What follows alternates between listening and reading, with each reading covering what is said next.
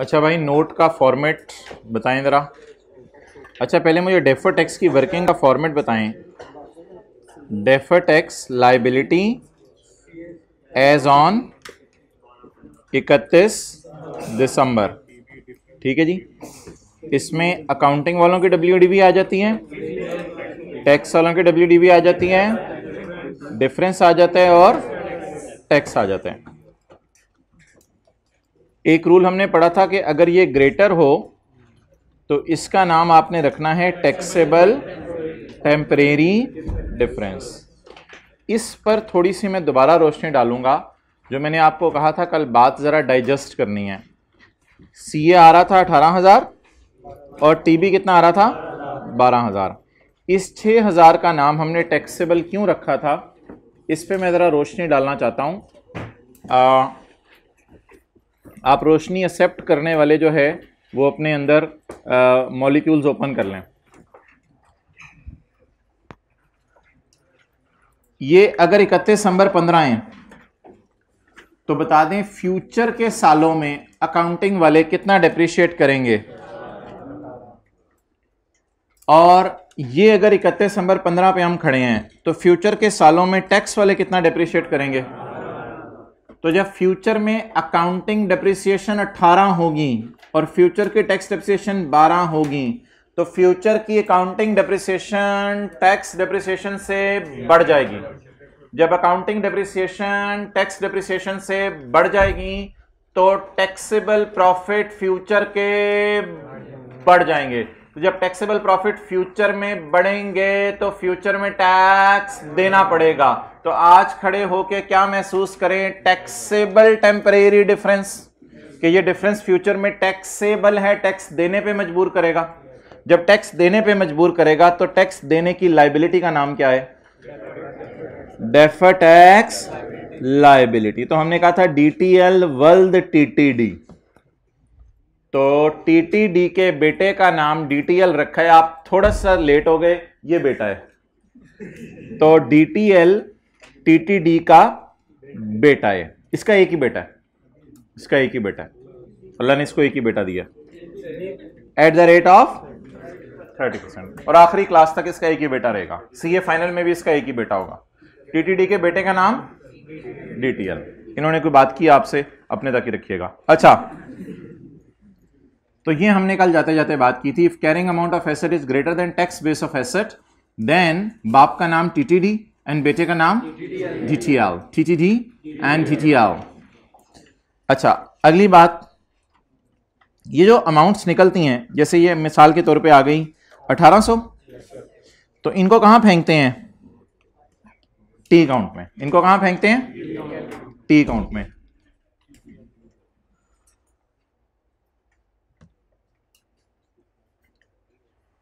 Third row में बना दें जगह, फर्स्ट रो में भी एक स्टूडेंट की बना दें। ना नजर आया तो फिर बता दीजिएगा, कुछ और अरेंजमेंट कर लेंगे। सेकंड रो में बना दें।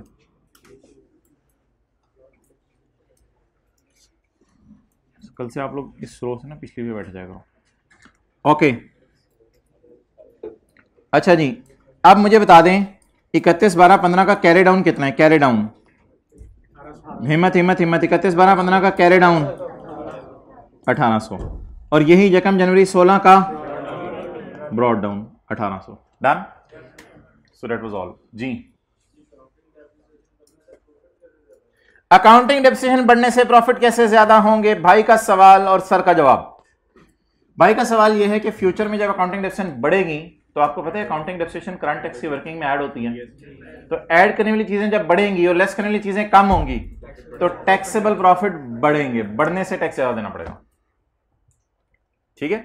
अच्छा, कई दफा ना सवाल कोई बड़ा सोच के और बड़ा गौर व फिक्र के बाद और बड़ा सोच साच के और फिर सवाल को पुट करता है, और टीचर कई दफा जो है वो उसका जवाब सिर्फ 2 सेकंड में दे देता है।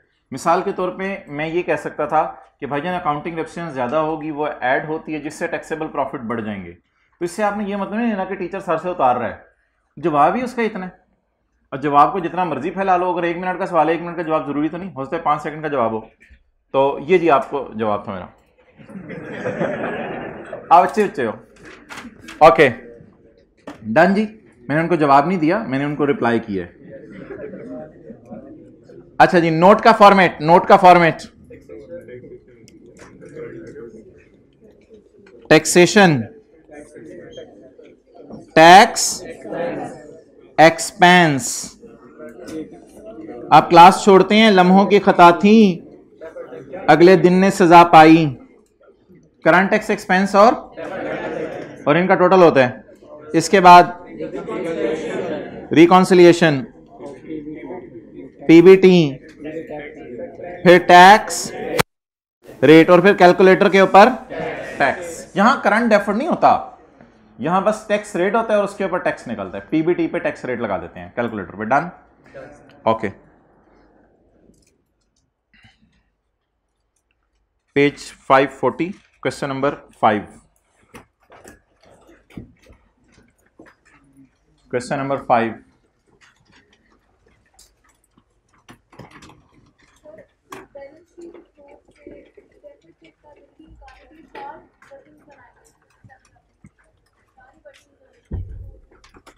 कैरिंग अमाउंट टैक्स बेस वाली और डेफर टैक्स का टी अकाउंट, बस दो वर्किंग। हाँ, ये रिवीजन होगी सारी। अच्छा, क्वेश्चन 5, पेज नंबर 540।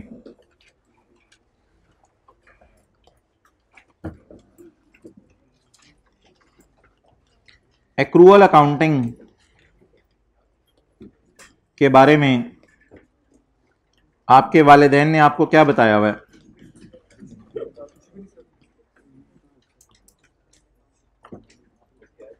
अगर आप चीजें बेच दें और पैसे ना आए तो इसको क्या कहते हैं? रिसीवेबल। अगर आपने घर किराए पे दिया है अभी और अगला बंदा 2 महीने के किराए की इनकम एडवांस में दे जाए तो इसे क्या कहते हैं? अनअर्न्ड। अगर आपने बिजली का बिल इस महीने का पे नहीं किया तो इसे क्या कहते हैं? पेएबल। अगर आपने 31 दिसंबर पे खड़े होके वापडा वालों को अगले साल जनवरी फरवरी का बिल भी दे दिया तो इसे क्या कहते हैं? प्रीपेड। हम प्रीपेड कार्ड खरीदें 31 दिसंबर को रात को 11:59 पे प्रीपेड कार्ड खरीदें तो हम प्रीपेड कार्ड खरीदेंगे, फोन कब करेंगे उससे? अगले साल। इसका मतलब है प्री पे कर दिया। प्रीपेड कार्ड यही होता है ना, प्री पे कर दिया, सर्विस अभी यूज नहीं की, पहले ही पैसे पे कर दिए, हम उसे प्रीपेड कहेंगे। और जो वारिद वाले हैं वो उसको, जो हमने पैसा दिया उनको प्रीपेड कार्ड की मद में, वारिद वाले उसको अनअर्न्ड कहेंगे, अनअर्न्ड कहेंगे।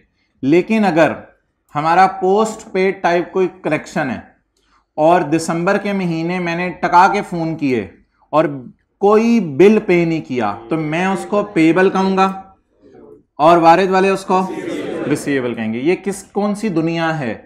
एक्रूअल्स की दुनिया। ये कौन सी दुनिया है? एक्रूअल्स की दुनिया। एक और दुनिया होती थी, वो कौन सी होती थी? वो होती है cash accounting. Cash accounting. Cash accounting क्या है? जब आप चीज बेचें तब सेल बुक करें, जब पैसे आए तब सेल बुक करें। एक्रूअल अकाउंटिंग और कैश अकाउंटिंग में फर्क। अगर आपके बिजनेस का पहला साल है और बिजली आपने इस्तेमाल की है पूरा साल तो असूली तौर पे 1 महीने का बिल अगर लाख रुपए है तो 12 महीने का बिल 12 लाख। एक्रूअल अकाउंटिंग कहती है 12 लाख का खर्चा बुक करो। आपके बिजनेस का पहला साल है, जनवरी से दिसंबर आपने बिजली टका के चलाई, हर महीने लाख रुपए बिल आया, सर्दियों में भी आपने गीजर चलाया टका के, हर महीने लाख रुपए बिल आया, तो साल का बिल 12 लाख। लेकिन आपको पता है दिसंबर का बिल आपने अभी पे नहीं किया होगा, दिसंबर का बिल अभी पे नहीं किया होगा, लेकिन कोई मसला नहीं, खर्चे में कितना बिल डालेंगे? 12 लाख। 11 महीने की एंट्री हो जाएगी एक्सपेंस डेबिट कैश क्रेडिट और 12वें महीने की एंट्री हो जाएगी एक्सपेंस डेबिट पेएबल क्रेडिट। ठीक है, लेकिन अगर कैश अकाउंटिंग आप पसंद करें और आप कहें मैं तो कैश अकाउंटिंग फॉलो करना पसंद करूंगा, तो फिर ऐसी सूरत में मजबूरी में आपको क्या करना पड़ेगा, ऐसी सूरत में आप एक अच्छी अकाउंटिंग नहीं कर रहे होंगे। कैश अकाउंटिंग को पसंद नहीं की जाती दुनिया में।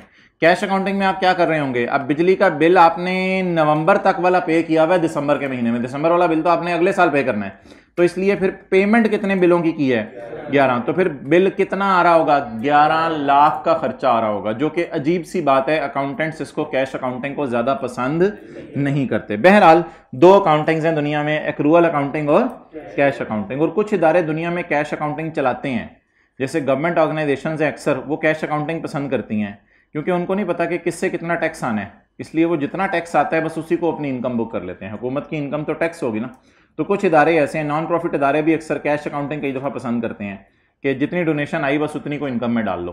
तो कुछ लोग दुनिया में लोग हैं जो कैश अकाउंटिंग चला रहे हैं, लेकिन कोई ज़्यादा इंकरेज नहीं है, लेकिन हमें दोनों अकाउंटिंग्स आनी चाहिए। कैश अकाउंटिंग में these 4 accounts do not exist. कौन से? बोलें बोलें बोलें। These 4 accounts do not exist. Cash accounting में कोई लफ्ज नहीं है रिसीवेबल का, कैश अकाउंटिंग में कोई लफ्ज नहीं है अनअर्न्ड का, कैश अकाउंटिंग में कोई लफ्ज नहीं है पेएबल का, कैश अकाउंटिंग में कोई लफ्ज नहीं है प्रीपेड का। कैश अकाउंटिंग में इन चीजों का तस्वुर ही नहीं है। अगर 12 महीने बिजली इस्तेमाल की और 11 महीने का बिल पे किया, तो 12 महीने बिजली इस्तेमाल करने को इग्नोर किया जाएगा और खर्चे में कितना डाल दिया जाएगा, 11 महीने का बिल, और पेएबल में 0 होगा, कोई पेएबल है ही नहीं। कैश अकाउंटिंग अजीब सी दुनिया है, पेएबल्स बुक ही नहीं करती, रिसीवेबल्स भी बुक नहीं करती, कुछ बुक नहीं करती। कर लिया नोट? बताना पड़ता है।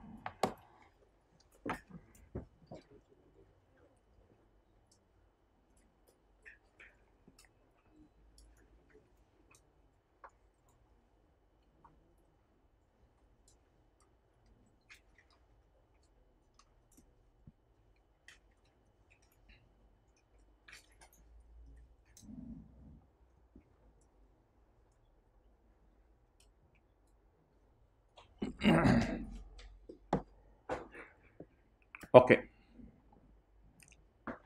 अच्छा, वो ये देना, आज वो तस्वीर की बजाय ओरिजिनल स्टैंडर्ड हमारे हाथों में है। तो ये जो ओरिजिनल स्टैंडर्ड हैं, इनके ऊपर जो एड्रेस लिखा हुआ है, आज हम उसको भी पढ़ लेते हैं। ये आ रहा है लंदन, यूनाइटेड किंगडम। छापे आई कैप ने हैं, लेकिन एड्रेस आ रहा है लंदन, यूनाइटेड किंगडम, और इसके ऊपर पूंछ रोड चुबुर्जी का एड्रेस आ रहा है। ठीक है जी। तो ये IFRS है और ये क्या है, पाकिस्तान के टैक्स लॉज। अबू बकर नजर आ रहे हैं दोनों, ये IFRS है और ये क्या है, पाकिस्तान के। अच्छा, ये जो किताब है ना, ये रख के बंदा अच्छा, ये जो किताब है ना, ये किताब जो है, ये एक्रूअल अकाउंटिंग पसंद करती है। भालू इधर इसके पास खड़े हो जाओ, जाओ एक्रूअल अकाउंटिंग के पास खड़े हो, और जैसे वरी नहीं दिखा रहे होते शादियों पे, अब तो नहीं दिखाई जाती आजकल। एक्रूअल अकाउंटिंग के साथ इसको चिस्पा कर दो, बुक को थोड़ा सा उधर करके, एक्रूअल के ए के साथ थोड़ा सा ऊपर करके, हाँ बस। तो ये जी इंशाल्लाह अगले 5 मिनट तक भाई हमें ये बताएंगे कि ये कौन सी अकाउंटिंग है। अच्छा, ये लोग क्या करते हैं, ये लोग क्या करते हैं, रख के चपेट लगाए बंदा। ये लोग क्या करते हैं, इनका दिल चाहे तो इधर चले जाते हैं, दिल चाहे तो कभी छेड़ भी देते हैं, इनका दिल चाहे तो इधर चले जाते हैं, और दिल चाहे तो इधर आ जाते हैं। इसको कहते हैं कोई दीन ईमान नहीं। ठीक है, ये बड़े ईमान वाले बंदे हैं, इनका दीन ईमान है। ये कौन सी अकाउंटिंग हमेशा फॉलो करते हैं, एक्रूअल। इनका दिल चाह रहा हो कैश अकाउंटिंग, दिल चाह रहा हो तो एक्रूअल अकाउंटिंग, दिल चाह रहा हो तो कौन सी अकाउंटिंग, एक्रूअल अकाउंटिंग। समझ आ गई बात की? तो अब आप मुझे बता दें कि इन्होंने कौन सी अकाउंटिंग फॉलो करनी है, कोई दीन ईमान नहीं। कभी कैश अकाउंटिंग फॉलो कर लेंगे, कभी अपने तरीके ने। अगर ये एक्रूअल अकाउंटिंग फॉलो करेंगे तो फिर हमारे और इनमें कोई इख्तलाफ नहीं होगा। अगर ये एक्रूअल अकाउंटिंग फॉलो करेंगे तो हमारे और इनमें कोई इख्तलाफ नहीं होगा। और अगर ये इधर देख के मुंह उधर कर लेंगे और कौन सी अकाउंटिंग फॉलो करेंगे, तो फिर हमारे और इनमें इख्तलाफ हो जाएगा, हमारे और इनमें क्या हो जाएगा, इख्तलाफ हो जाएगा। जाएं, ओके। अच्छा, इनके नाम आते होंगे आपको डिफरेंट, इनके और भी नाम होंगे, शीदा, टली, कहीं लिखे हुए हैं किताब में, एक दफा मेहनत करके लिखे थे कहीं, पता नहीं ये ढूंढे नहीं, कहीं लिखे हुए हैं, हाँ लिखे हुए हैं, लिखे हुए हैं, page number 542, page number 542, 543, revision of accrual concept of Kaif 1, FAR 1, expenses, expenses payable भी होते हैं, पेएबल करंट लायबिलिटी होता है ना यार, ये तो अब आपको बताना नहीं पड़ेगा ना, ये तो शायद आपको पता ही हो कि इनकम अगर रिसीवेबल हो तो करंट एसेट है, एक्सपेंस अगर पेएबल हो तो करंट लायबिलिटी है, एक्सपेंस अगर प्री पे कर दें तो करंट एसेट है, और इनकम अगर अगले साल वाली अभी मिल जाए तो करंट लायबिलिटी है। तो पेएबल के डिफरेंट नाम बताएं, एक्रूड, ओड, ड्यू, आउटस्टैंडिंग। इनके अलावा अगर कोई पांचवा नाम किताब में मिला या आपको जहन में आया तो मुझे लिखवा दीजिएगा, और भी कोई नाम हो सकता है। प्रीपेड का नाम एडवांस, इनकम्स में रिसीवेबल का नाम एक्रूड, ओड, ड्यू, आउटस्टैंडिंग, और अनअर्न्ड का नाम एडवांस। वैसे इसमें डेफर का भी लफ्ज़ यूज हो जाता है कभी कभी, डेफर्ड इनकम, यानी पैसे आ गए हैं अभी डेफर करके इनकम में डालने हैं। और भी कोई नाम आपके जहन में आएगा तो बता दीजिएगा, इसको यहां पे लिख लेंगे। तो ये कौन सी दुनिया है जी, एक्रूवल्स की, और एक कौन सी दुनिया है, कैश की।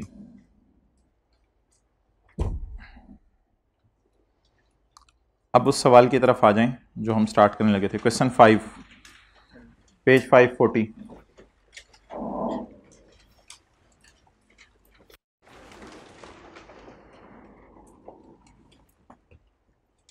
इन 2021 a company started its business, ये कंपनी के बिजनेस का पहला साल है। At the end of 2021 company ने अंदाजा लगाया कि 20,000 will be paid to outgoing employees. Outgoing employees वो होते हैं जो नौकरी छोड़ के जा रहे होते हैं। वैसे तो बिजनेस का पहला साल है, इतनी जल्दी लोग नौकरी छोड़ के जाते नहीं, लेकिन हमने कॉन्सेप्ट समझने के लिए बिजनेस का पहला साल इसको रखा है। तो बिजनेस के पहले साल के एंड पे अंदाजा लगाया है कि लोग नौकरी छोड़ के चले जाएंगे। क्या ये अंदाजा है तो कितने पैसे देने पड़ेंगे, या नौकरी छोड़ के चले गए हैं और पैसे ले गए हैं? अंदाजा लगाया है कि अगर रशीद और जमील नौकरी छोड़ के जाते हैं तो 10,000 दोनों को देने पड़ेंगे। टोटल कितने देने पड़ेंगे? 20,000।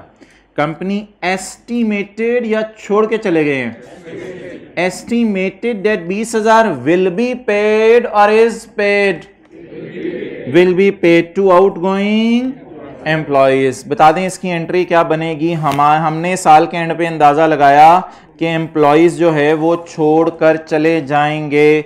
इसकी एंट्री क्या बनेगी 2021 में?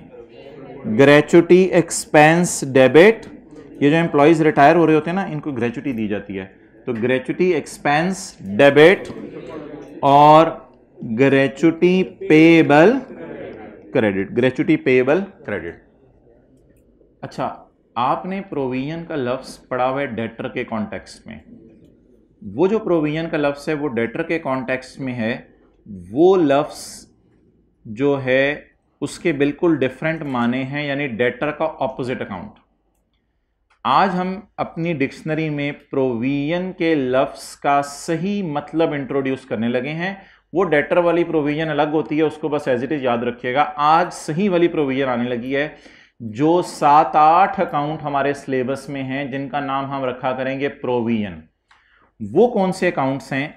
वो ऐसी लायबिलिटीज हैं जिनकी टाइमिंग या अमाउंट में अनसर्टेनिटी है। या IAS 37 मैंने पढ़ाना शुरू कर दिया है, जो हमने 1 महीने बाद पढ़ना है। ऐसी लाइबिलिटी, कुछ लिखने की जरूरत नहीं, ऐसी लाइबिलिटी जिसकी टाइमिंग में या जिसकी अमाउंट में सर्टेनिटी है या अनसर्टेनिटी। मिसाल के तौर पे लोन पेएबल है, उसकी टाइमिंग में कोई अनसर्टेनिटी नहीं है, बैंक में एग्रीमेंट में लिखा होता है कब वापस करना है। और लीज लाइबिलिटीज हैं उनकी, उनमें कोई टाइमिंग या अमाउंट पे अनसर्टेनिटी नहीं है। टाइमिंग भी लिखी होती है 31/12/15 को किस्त पे करनी है, और अमाउंट भी लिखी होती है 10,000 का रेंटल है। तो कुछ लाइबिलिटीज होती हैं उनकी टाइमिंग अमाउंट में अनसर्टेनिटी नहीं होती, कुछ लाइबिलिटीज होती हैं उनकी टाइमिंग या अमाउंट में अनसर्टेनिटी होती है, दोनों में नहीं, दोनों में से एक में भी हो जाए। मिसाल के तौर पे कोर्ट केस हो गया आपके खिलाफ, इसकी टाइमिंग में भी अनसर्टेनिटी है, अमाउंट में भी अनसर्टेनिटी है। मिसाल के तौर पे एम्प्लॉयज ने छोड़ के चले जाने, अब कब जाएंगे, उनको कितने पैसे देने पड़ेंगे, इसकी टाइमिंग या अमाउंट में अनसर्टेनिटी है। ऐसी लाइबिलिटी जिसकी टाइमिंग या अमाउंट में अनसर्टेनिटी है, उसके लिए अकाउंटेंट्स लफ्ज यूज करते हैं प्रोविजन का। ये प्रोविजन डेटर वाली नहीं है।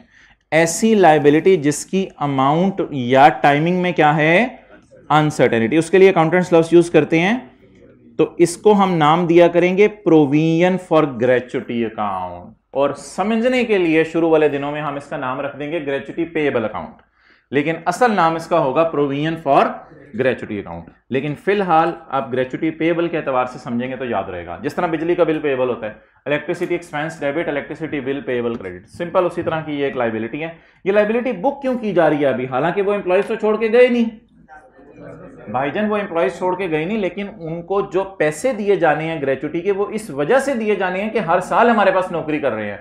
तो मैचिंग कॉन्सेप्ट ये कहता है कि जैसे जैसे वो नौकरी करें वैसे वैसे आप उनकी तरफ ग्रेच्युटी के लिए लायबल फील करने लग जाओ, ताकि एकदम जब वो 10 साल बाद छोड़ के जाए तो एकदम आपके कंधों पे इतना बड़ा बोझ ना पड़ जाए कि आप परेशान हो जाओ, यार इतने पैसे मैं कहां से अरेंज करूं।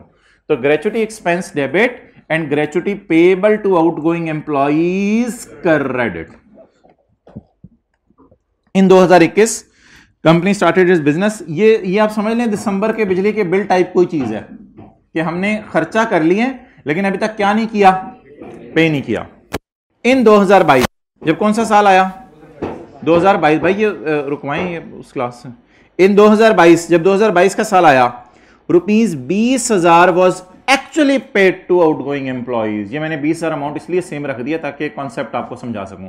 तो अगले साल जैसा कि डर था वही हुआ, रशीद और जमील छोड़ के चले गए। अब वीडियो रिवाइंड करके ना देखिएगा मैंने कौन से नाम लिए थे। रशीद और जमील छोड़ के चले गए और जाने वालों को हमने कितने पैसे दिए, 20,000। क्या एंट्री होगी जी 2022 में, चलें खुली खुली करके कर लेते हैं एंट्रीज। 2021 में क्या एंट्री होगी और 2022 में क्या एंट्री होगी। ग्रेच्युटी एक्सपेंस डेबिट और प्रोविजन फॉर ग्रेच्युटी क्रेडिट, कितने से, 20,000 से। डन। अगले साल की एंट्री होगी प्रोविजन फॉर, जो बिजली का बिल देने की एंट्री होती है यार, दिसंबर का बिजली का बिल समझ लें सारे को, प्रोविजन फॉर ग्रेच्युटी डेबिट और कैश क्रेडिट जी 20,000।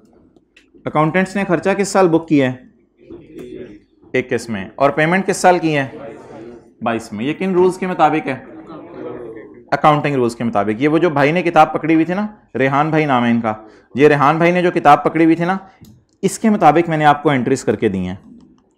IFRS, क्या IFRS के अंदर पेएबल्स के अकाउंट एग्जिस्ट करते हैं, IFRS के अंदर प्रोविजन पेएबल है ना, क्या IFRS के अंदर पेएबल्स अकाउंट एग्जिस्ट करते हैं, पेएबल, रिसीवेबल, अर्न, अनअर्न, क्या एक्रूअल अकाउंटिंग, एक्रूअल दुनिया में ये चीजें एग्जिस्ट करती हैं। अच्छा अब जरा देखते हैं टैक्स वाले क्या कह रहे हैं। हो सकते हैं टैक्स वाले भी एक्रूअल अकाउंटिंग फॉलो कर रहे हो सकते हैं टैक्स वाले कैश अकाउंटिंग फॉलो कर रहे हो। ओहो, अंडर द टैक्स लॉज, ये सवाल बताया करेगा, क्योंकि पक्के ठक्के रूल नहीं है, सवाल बताया करेगा। अंडर द टैक्स लॉज, अब ग्रीन बुक ज़हन में ले आए, अंडर द टैक्स लॉज, जो लोग रिपीट कर रहे हैं, लास्ट टाइम में रेड बुक पकड़ी होती थी। अंडर द टैक्स लॉज में gratuity is allowed on payment basis. ये कौन सी अकाउंटिंग है, gratuity is allowed on, is allowed as deduction, gratuity is allowed as खर्चा। डिडक्शन क्या होता है, खर्चा। इज अलाउड एज खर्चा ऑन, भाईजन ये कौन सी अकाउंटिंग है, tax authorities use cash accounting. माशाल्लाह, tax authorities cash accounting follow कर रहे हैं। अच्छा वैसे तो टैक्स वालों की जर्नल एंट्रीज करना हमारे स्कोप में नहीं है यार, हद हो गई यार। तो मुझे देख रहा था और मुझे देखते देखते इसने ऐसे आंखें मांगी हैं हो गया। और उसके बाद में खड़े हो जाओ, थोड़ी देर खड़े हो जाओ। लेक्चर 33 ले लिया, लेक्चर 33 ले लिया। जबरदस्त यार, जबरदस्त यार, हीर हो गए। तो एक लेयर्स के पैसे बनेंगे। अच्छा, यही सिक्के सजा लोगे घर में?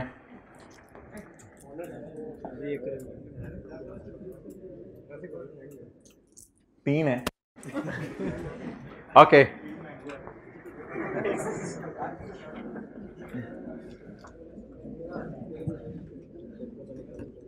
ओके, आप बता दीजिए टैक्स वाले कौन सी अकाउंटिंग फॉलो कर रहे हैं? Cash accounting. यानी वो खर्चे को बुक की कब करते हैं? बोले बोले बोले, जब पे हो जाता है। जब एम्प्लॉय सर्विस दे रहा हो तब खर्चा बुक करते हैं, या जब छोड़ के जा रहा हो तब खर्चा बुक करते हैं? क्या कोई अच्छा बच्चा ये बता सकता है कि टैक्स वालों की नजर में क्या एंट्रीज होंगी 2021 में? कोई एंट्री नहीं होगी, क्योंकि टैक्स वाले पेबल्स बुक नहीं करते। अगर आप कहेंगे कि सर पेबल क्रेडिट ना करें, चले सर एक्सपेंस ही डेबिट कर दें, तो भाईजान फिर क्रेडिट अंडा करना है। क्रेडिट क्या करेंगे? छनकना में जाने, इधर क्या करेंगे हम? बोले क्रेडिट क्या करेंगे? खाली debit debit debit debit debit. पागल है, दीवाने हैं, डीओजी ने काटा।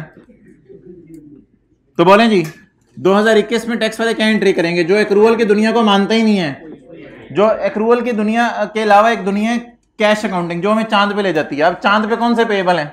चांद पे कोई पेएबल नहीं। तो कैश अकाउंटिंग फॉलो करते हुए मुझे बता दे, जब एम्प्लॉय सर्विस देगा और हम उसे पैसे देने का वादा कर लेंगे लेकिन देंगे नहीं, तो क्या एंट्री होगी?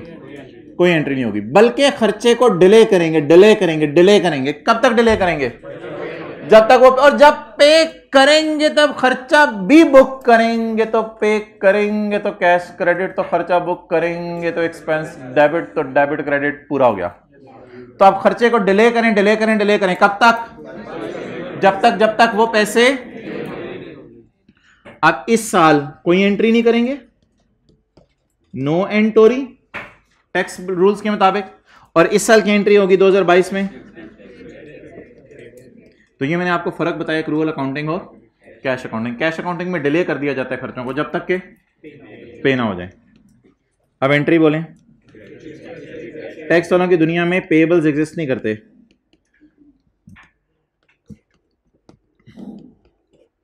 दोनों में मैचिंग है या डिफरेंट किस्म की बातें कर रहे हैं? डिफरेंट किस्म की बातें कर रहे हैं जी। अब्दुल्ला,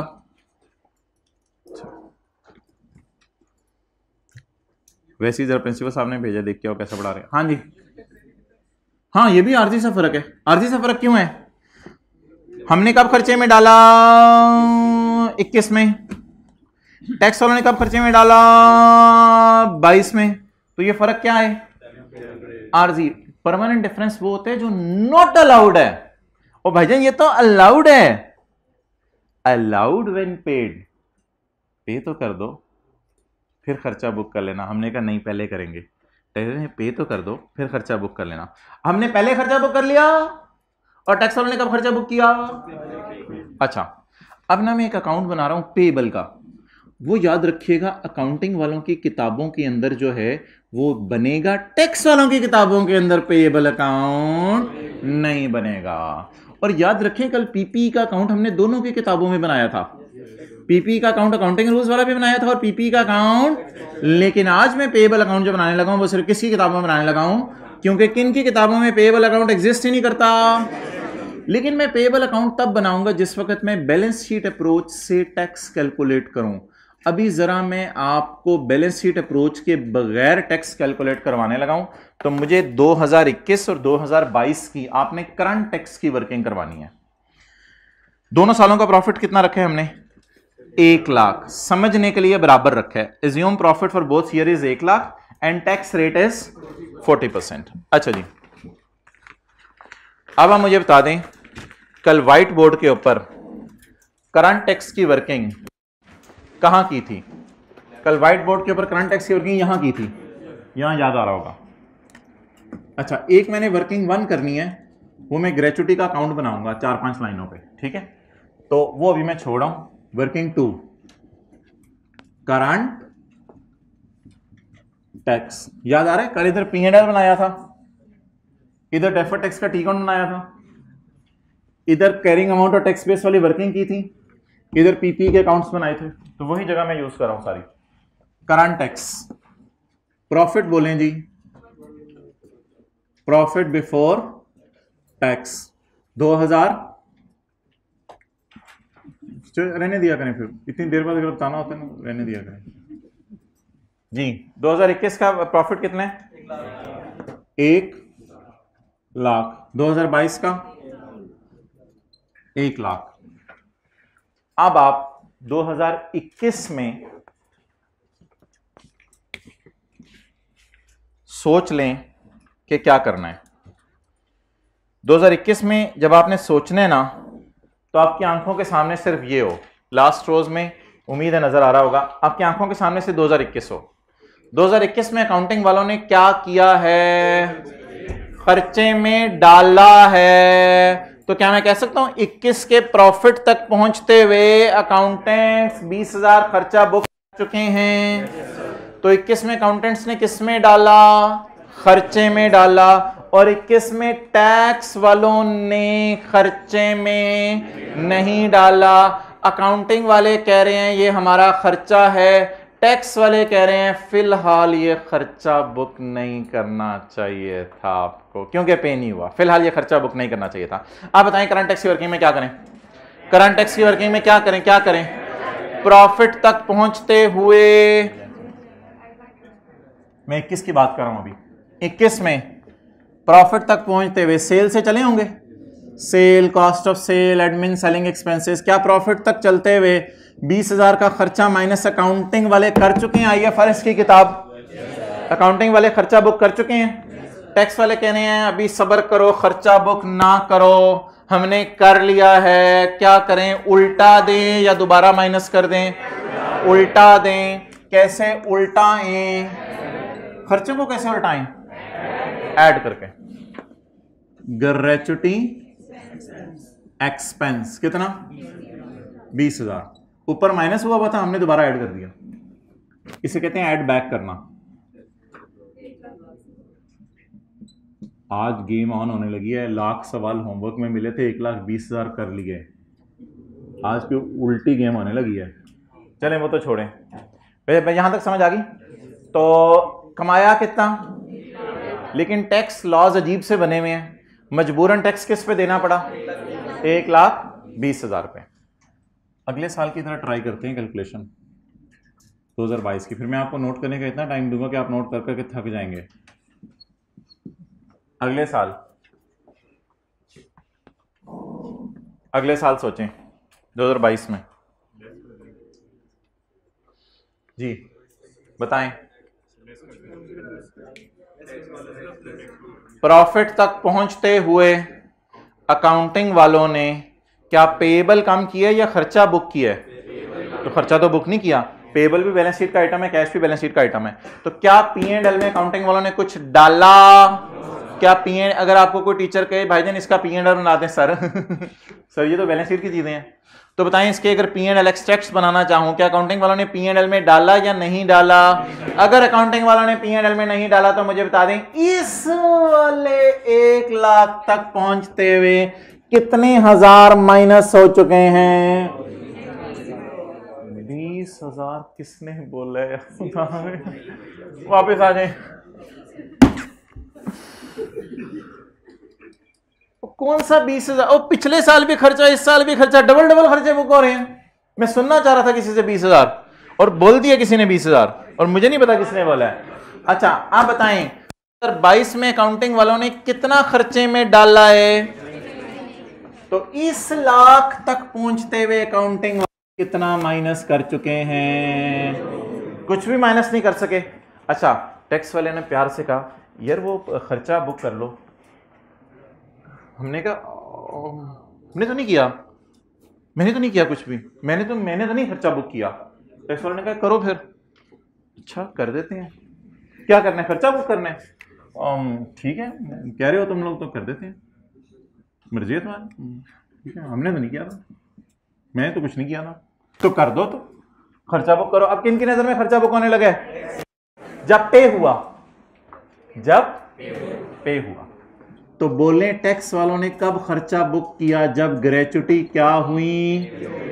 पे हुई। इसको नोट कर लें, फिर मैं सारे को दोबारा समझाता हूं।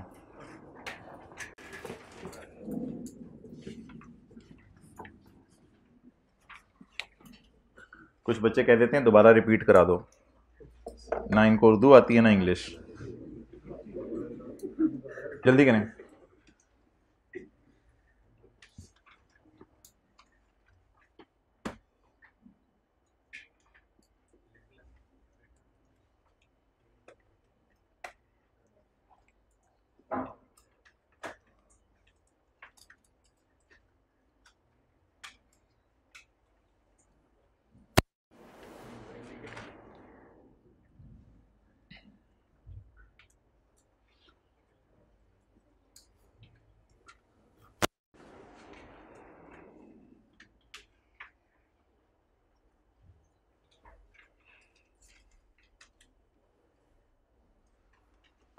ओके अच्छा जी, अब समझे दोबारा। सिर्फ 21 को जहन में रखें। 21 को जहन में रखने का क्या मतलब है? 21 को जहन में रखने का मतलब ये है कि आपकी आंखें इस सर्कल के अंदर हों। जामनी रंग है ये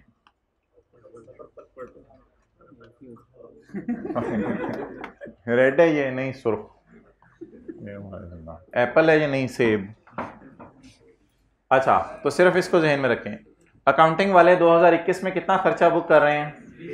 20,000। तो मुझे ये फील हो रहा है कि आपको ये फील हो रहा है कि इस 1 लाख तक आते हुए 20,000 माइनस हो चुका हुआ है। टैक्स वाले कह रहे हैं भाईजान छुरी थले सा रखो, अभी पे ही नहीं हुआ तो कौन सा खर्चा। तो टैक्स वाले कह रहे हैं तुम्हें खर्चा बुक नहीं करना चाहिए था। तो खर्चा बुक हम तो कर चुके हैं, ये वे खर्चे को क्या कर दें? उल्टा दें। इस पे जो मर्जी इंपैक्ट पड़े हमारी बिला से, बस हमने ऐड करना है 20,000। अगले साल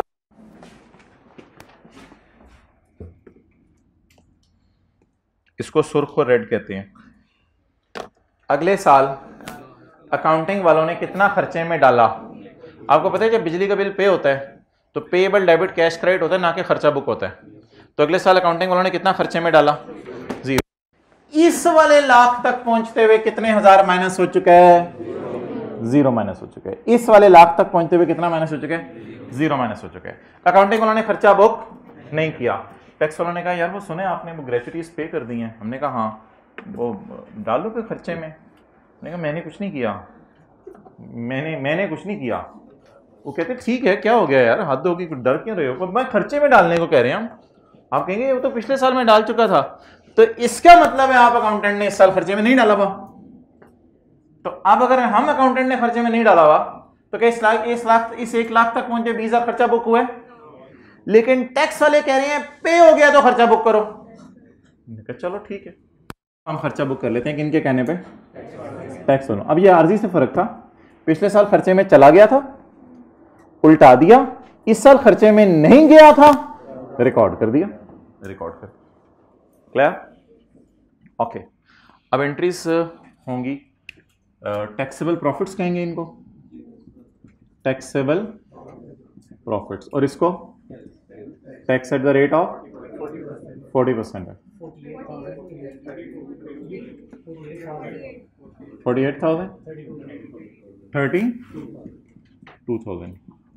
अच्छा मेरे ख्याल से ना यहां करके भी हमने एंट्रीज की थी, यहां एंट्रीज की थी, यहीं कर लेते हैं। फिर एंट्रीज बता दें 2021 की और 22 की।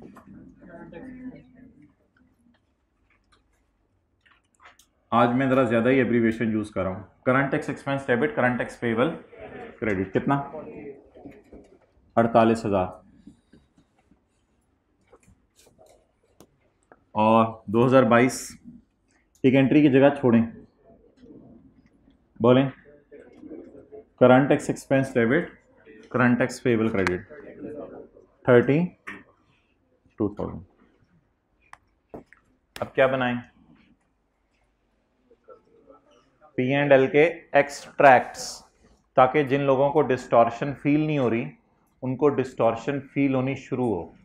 जब डिस्टॉर्शन फील होनी शुरू होगी तो फिर उसका हल निकालेंगे। तो जो दीवाने कह रहे थे डेफर्ड टैक्स की वर्किंग शुरू कर दें, वो पहले डिस्टॉर्शन शो तो करें, मसला क्या है, फिर उसका हल निकालेंगे। तो डिस्टॉर्शन शो करें, P&L एक्सट्रैक्ट्स 2022 और 2021। सेल से चलें, चलते चलते चलते चलते पीबीटी पे आके खड़े हो जाएं। और पीबीटी कितना है? Lakh less tax expense, current tax expense. आज मैं एब्रिविएशंस की तरफ मूव कर गया हूं। कितना खर्चा है? 48,000 और इसका 32,000। साथ वाले के कान में पूछें, do you feel the distortion? अब उसको रिप्लाई करें, हाँ तू ही डिस्टॉर्शन पैदा कर रहा है मेरे कान में। तो लाख पर कितना टैक्स दे रहे हैं? वैसे बनता कितना है लाख पे टैक्स? 40,000। आज रेट बदल गया, तो लाख पे बनता कितने? 40,000। दे कितना रहे हैं? 48। और लाख पे दे कितना रहे हैं? 32। और बनता कितने? 40। तो ये एक क्या आ रही है हमारे P&L में? डिस्टॉर्शन। मैचिंग हो रही है, मिसमैचिंग हो रही है? मिसमैचिंग हो रही है। इस मिसमैचिंग को करंट टैक्स के जरिए रिमूव करना है या करंट टैक्स ये मिसमैचिंग पैदा करता है? करंट टैक्स मिसमैचिंग पैदा करता है। मिसमैचिंग रिमूव कैसे होती है? डेफर्ड टैक्स के जरिए। IAS 12 में ना दिमाग आंख के ये सब खोल के आना होता है, ऐड लेस, ये चीजें समझ नहीं होती हैं। नींदें पूरी करके आया करें, ये सबसे बड़ा टास्क है IAS 12 में आपका, नींद पूरी करके आया करें। ओके, अच्छा भाई, अब आप मुझे बता दें, कल वाली डिस्कशन कर लेते हैं। 1 लाख सवाल आपको होमवर्क में मिले और आपका लेवल था, जैसे छुट्टियां गर्मियों की बाद में शुरू होती थी, आपने पहले ही होमवर्क टीचर से लेके खत्म कर लिया होता था। हम करते थे पहले 1-2 दिन में या बीच में ही, ना मैं करता था तो आखिरी दिनों में करता था, करते ही नहीं थे। अच्छा, पैसे देके भी बायो की तस्वीरें बनाते थे आप लोग की? अच्छा, तो लाख क्वेश्चन होमवर्क में मिले, कितने किया आपने? 1 लाख। क्या आप लाइबल फील करके सोएंगे या एंटाइटल्ड फील करके? कमाया कितना? लाख। टैक्स किस पे दे दिया? इसका मतलब है क्या कोई आपने फ्यूचर का टैक्स भी एडवांस में दे दिया? बोलो बोलो बोलो, ऐसे मुंह हिला दो। चलो मेरे कहने पे आप व्हाइट शर्ट, ऐसे मुंह हिला दो। अच्छा, किस बात पे ला रहे थे? कितना कमाया? टैक्स किस पे दिया? 1,20,000 पे। अब लाइबल फील करें ना, वो लाइबल पता है कब फील करते? जब लाख कमाया होता और 99,000 पे टैक्स देते, फिर 1,000 पे लाइबल फील करते। अभी 20,000 के ऊपर जो टैक्स बनता है वो ज्यादा दे दिया हमने, तो इसके लिए आप क्या फील करें? फ्यूचर में इतना टैक्स हमें बचेगा, बचेगा, बचा।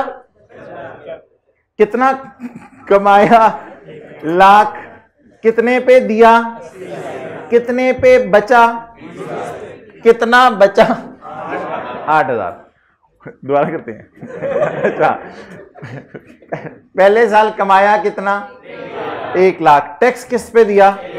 1,20,000 पे। अब बताएं, अगर ज्यादा पे टैक्स दे दिया तो क्या फ्यूचर में टैक्स बचेगा? फ्यूचर में बचेगा।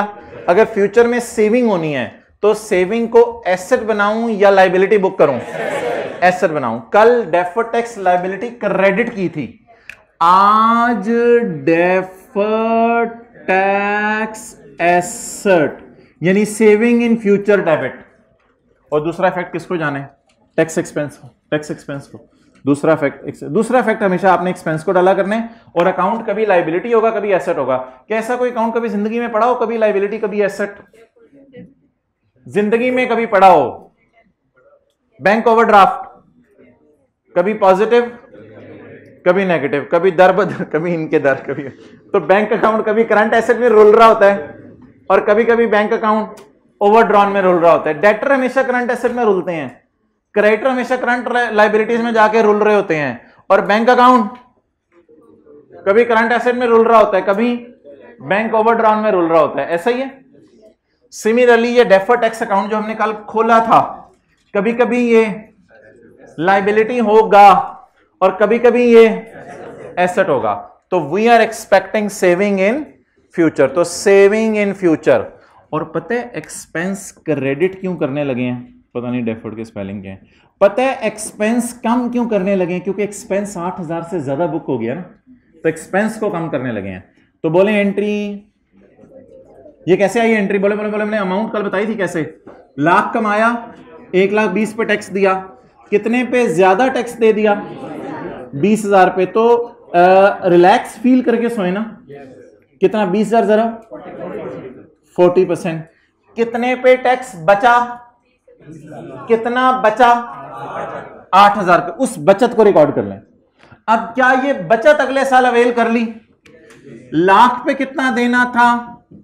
40, लेकिन दिया कितना? क्या ये 8,000 की बचत अगले साल अवेल कर ली? अब इस बचत को रिसीवेबल में रखें या बचत को रिसीव कर लिया?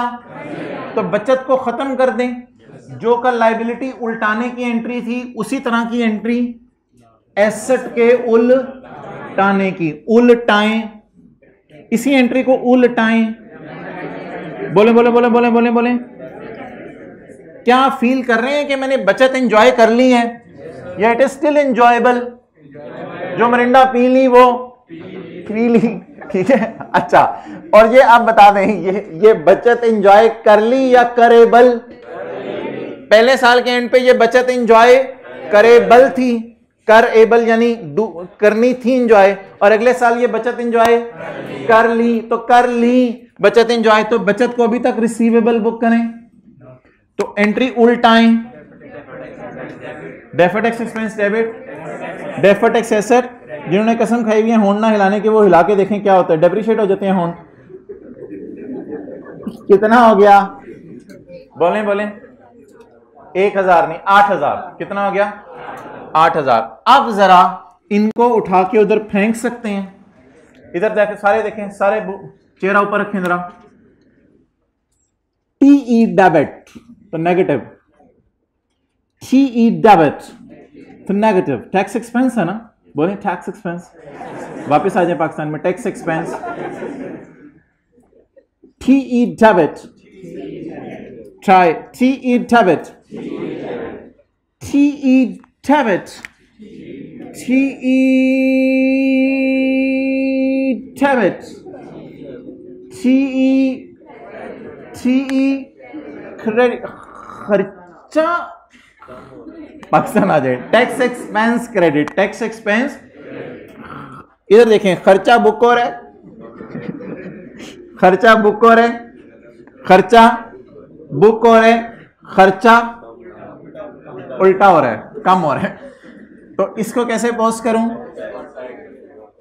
इसका नाम बाबा जी का, ये बाबा जी आया करेंगे to remove the distortion. It is an accounting measure. इसकी डेफिनेशन पढ़ी थी, it is an accounting measure, ताकि रिजल्ट्स डिस्टॉर्ट ना हो और रिजल्ट में कोई नंबर ना आए लिखे हुए।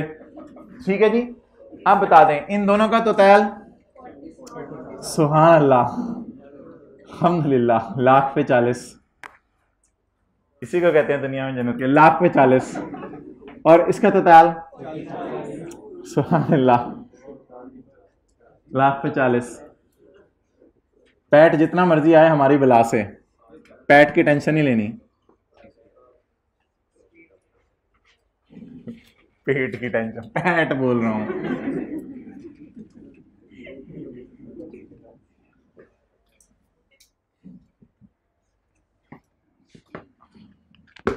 बट भाईजान इस तरह करना नहीं पेपर में, मैंने बताया इतना सोचने का टाइम नहीं होता। अब एक और तरीका हम लगाएंगे। हम इधर कैरिंग अमाउंट्स लिखेंगे, टैक्स बेस लिखेंगे। अच्छा वो भी करने वाले। अच्छा इधर कैरिंग अमाउंट लिखेंगे, टैक्स बेस लिखेंगे, डिफरेंस लिखेंगे, टैक्स लिखेंगे, और इधर बड़ा सा अकाउंट खोलेंगे डेफर्ड टैक्स का। उस अकाउंट के अंदर फिगरें डालेंगे, फिगरें डाल के ये जो 2 एंट्रीज हैं उनमें से खींच के निकाल लेंगे, बजाय के पेपर में इतना सोचना पड़े। तो अब हम उस अप्रोच से चलते हैं और उस अप्रोच से लेके चीज़ों को चलेंगे। लेकिन उसके लिए आपको अकाउंट बनाना पड़ेगा। ले लीजिए भाई, अब इधर देखो। उसके लिए आपको एक अकाउंट बनाना पड़ेगा। वो अकाउंट कौन सा होगा?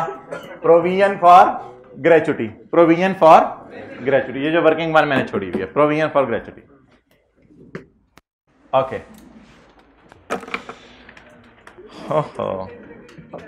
क्या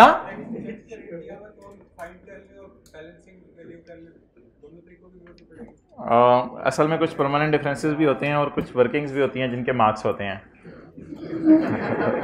ओके अच्छा जी, गाइस सवाल की तरफ हम वापस क्यों आ गए हैं? हमने प्रोविजन फॉर ग्रेचुटी का अकाउंट बनाना था। अच्छा, अकाउंट मैंने आपको बताया आईएफआरएस वालों का बनाएं, टैक्स वालों का अकाउंट ना बनाएं, क्योंकि टैक्स वालों की दुनिया में क्या एग्जिस्ट नहीं करते, पेएबल। अगर वो कौन सी अकाउंटिंग फॉलो कर रहे हो, कैश अकाउंटिंग। क्या प्रोविजन फॉर ग्रेचुटी का अकाउंट बना सकते हैं आप? जी बना सकते हैं। पहले साल ये अमाउंट इस अकाउंट की किस साइड पे नजर आएगी? क्रेडिट साइड पे। और अगले साल ये 20,000 इस अकाउंट की किस साइड पे नजर आएगा? डेबिट साइड पे। क्या इस फिगर को purchase debit, creditor credit, creditor debit, cash credit, क्या इसको आपको क्रेडिटर अकाउंट में पोस्ट करना टीचर्स ने सिखाया हुआ है?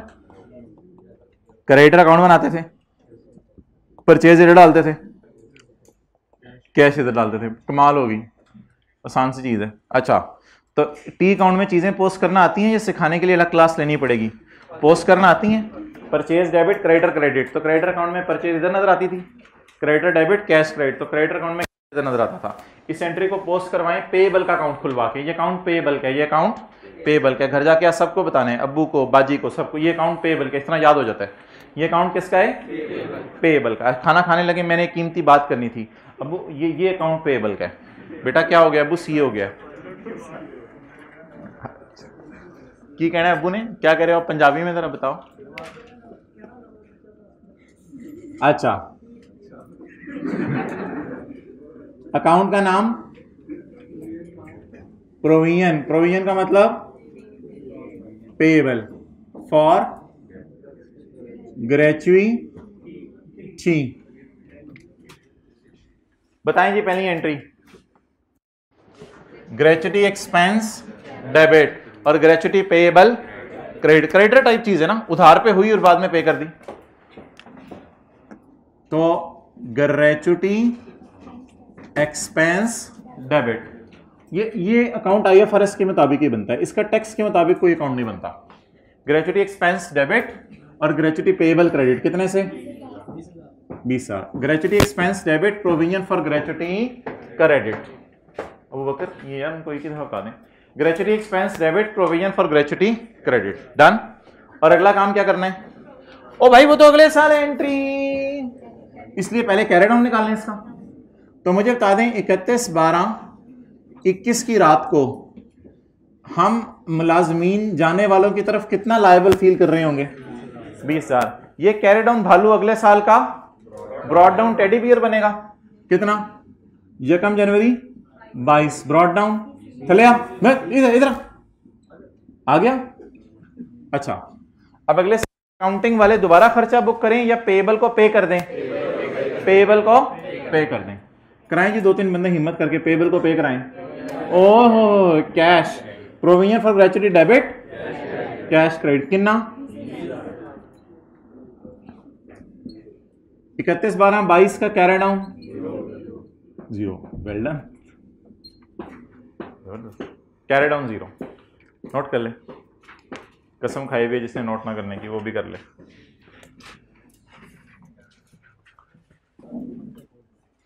पिक्के ले लेके मोबाइल भर दिया, दिमाग खाली। यप गाय, कल 2 टी अकाउंट बने थे, पीपी का अकाउंटिंग वालों का, पीपी का टैक्स वालों का, क्योंकि एसेट अकाउंट एग्जिस्ट करता है दोनों की नजर में, लेकिन पेएबल अकाउंट दोनों की नजर में एग्जिस्ट नहीं करता। इसलिए आज हम एक ही अकाउंट पे गुजारा करेंगे मेरे डियर।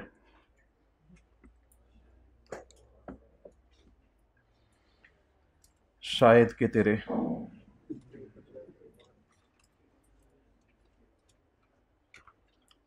दिमाग में उतर जाए।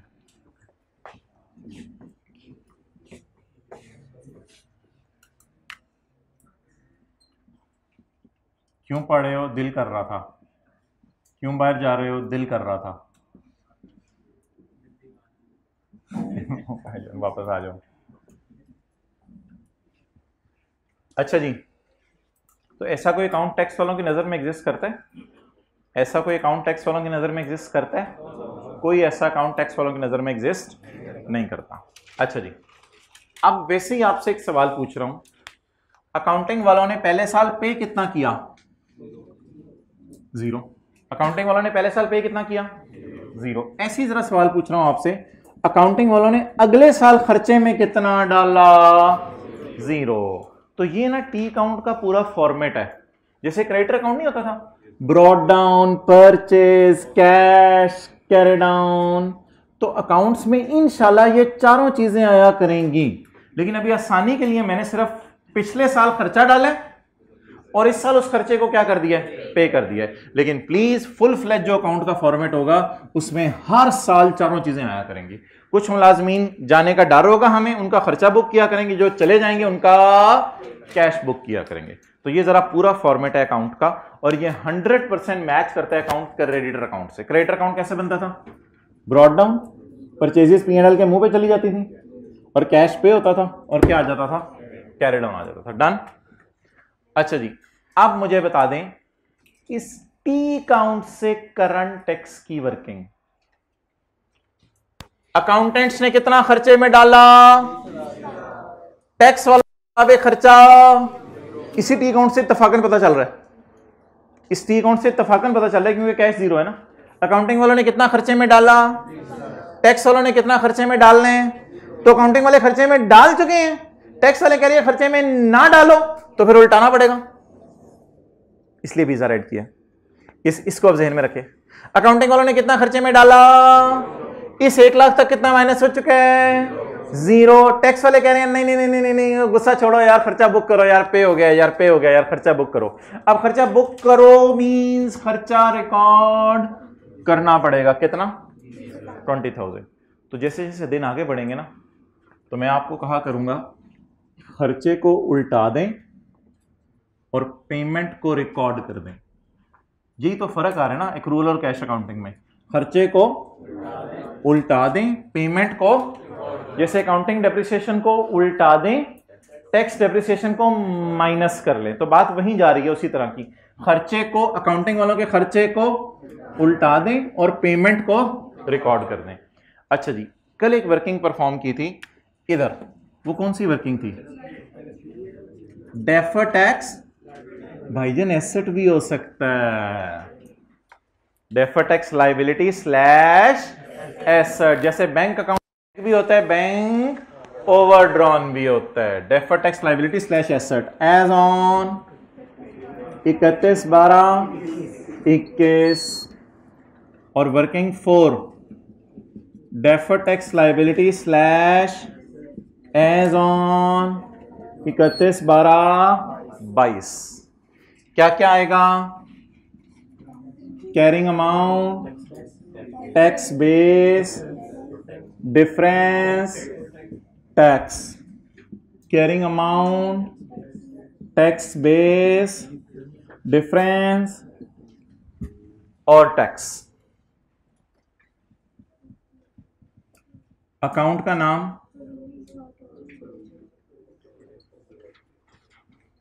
Payable for gratuity.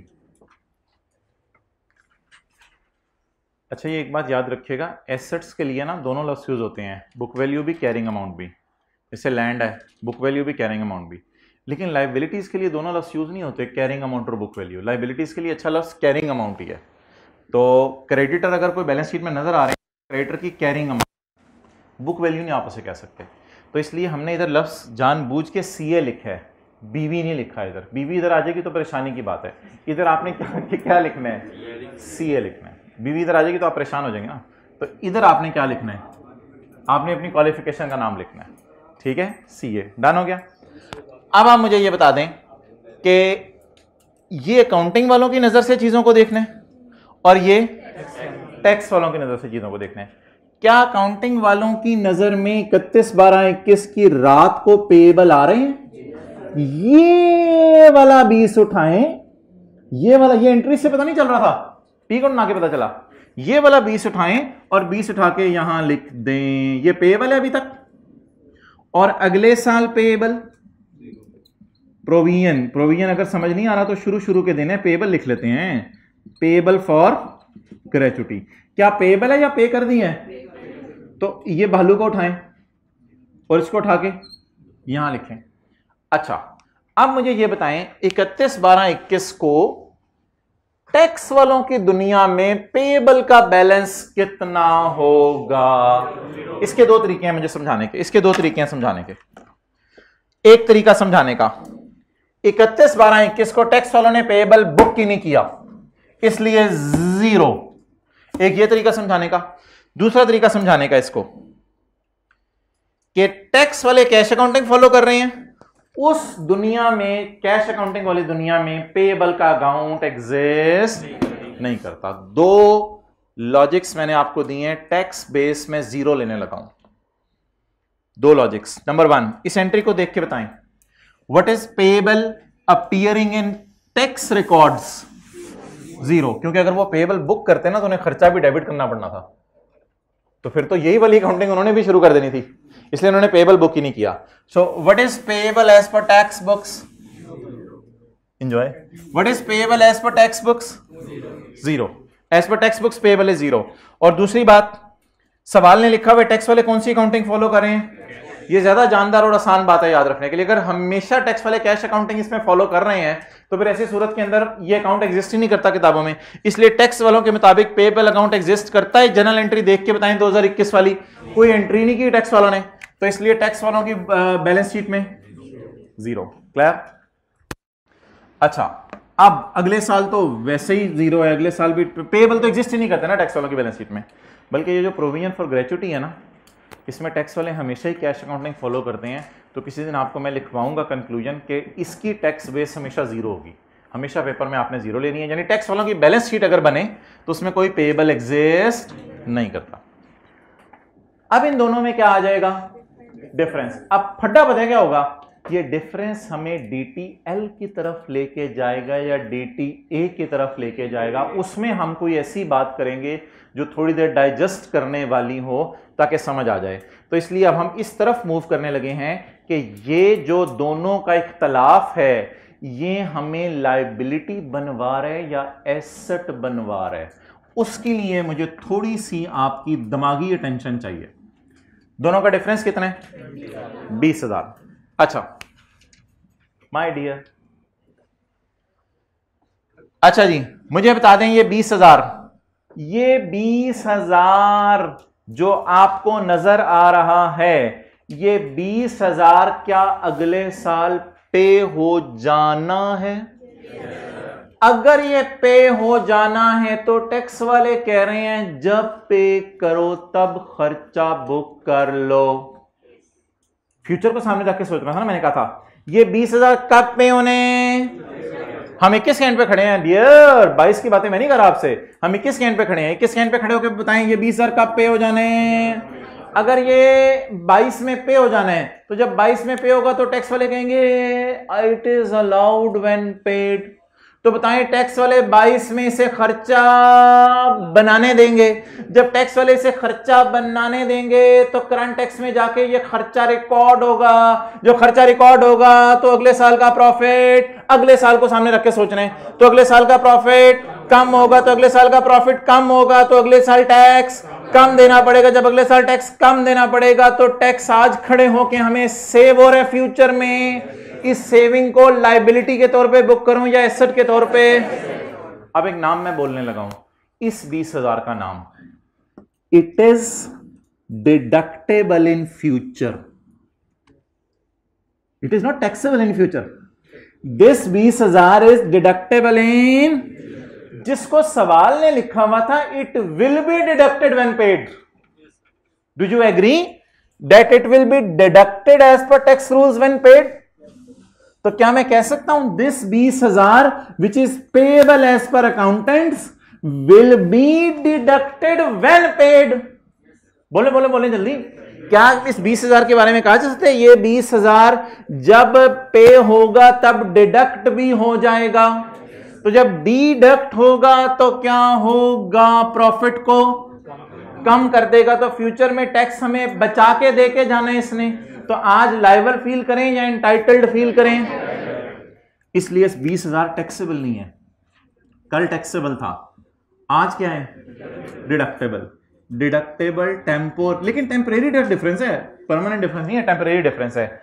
और इसके बेटे का नाम डीटीएल नहीं है क्योंकि ये एथोपिया से ताल्लुक रखते हैं। इसके बेटे का नाम डेफर्ड टैक्स एसेट है, कल पाकिस्तानी थे, आज ये एथोपियन है। इसके बेटे का नाम, छोटा सा बेटा टिनकुसा, इसके बेटे का नाम आज क्या रखेंगे? सर ये एसेट क्यों बन रहा है भालू? इसलिए एसेट बन, डिडक्ट होके प्रॉफिट कम करेगा और प्रॉफिट कम करके टैक्स से देके जाएगा, तो इसलिए ये डीटीए बन रहा है। बोले जी, एट द रेट ऑफ कितना हो गया? 8,000। लेकिन थोड़ा थोड़ा हम जो है वो रट्टा भी मारा करेंगे।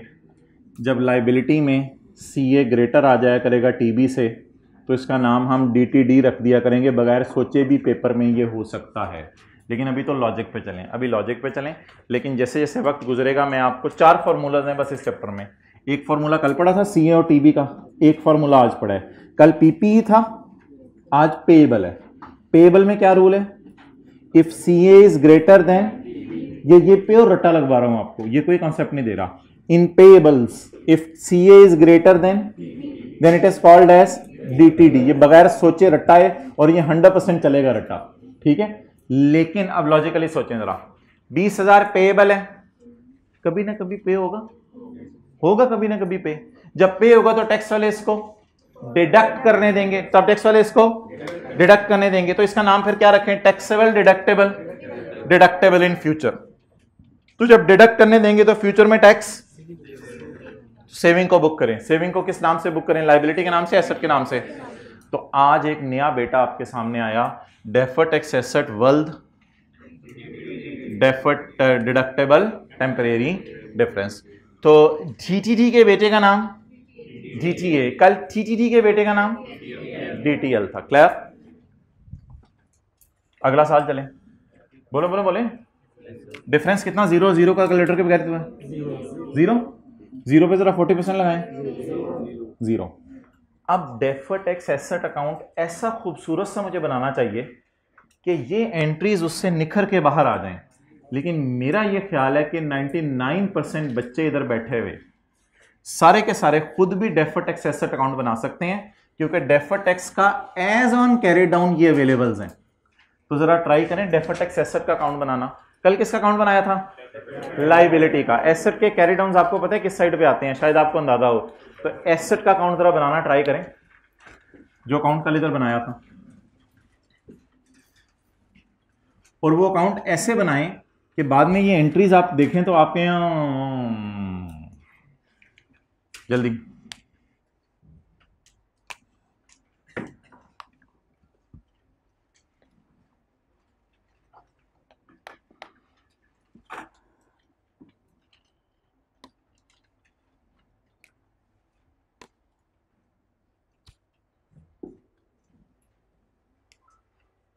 कितने लोगों ने बना लिया?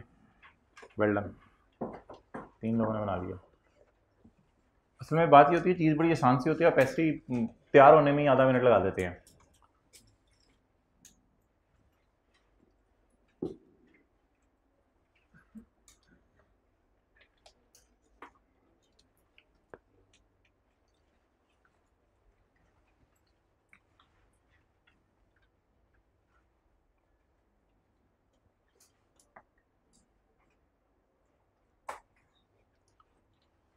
अच्छा, आपने अकाउंट बना लिया, बड़ी अच्छी बात। अकाउंट में बाद में बनाऊंगा। उर्दू का एक फ़िक्रा लिखवाने लगा हूँ आपको। इस वाले 20,000 पे स्टार डाल के सफ़े के टॉप पे उर्दू का एक फ़िक्रा लिख लें।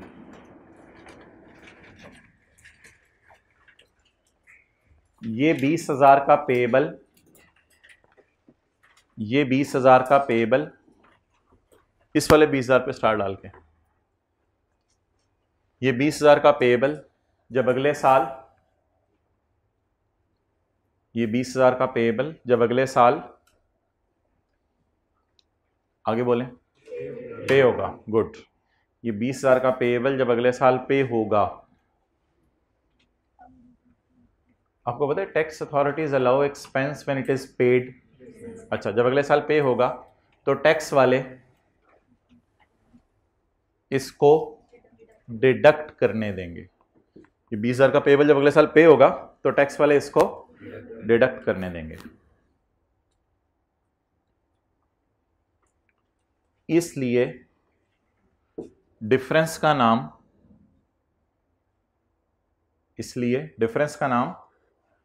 डिडक्टेबल इन फ्यूचर या डिडक्टेबल टेम्परेरी डिफरेंस, जो नाम आपको पसंद है। इसलिए डिफरेंस का नाम डिडक्टेबल टेम्परेरी डिफरेंस।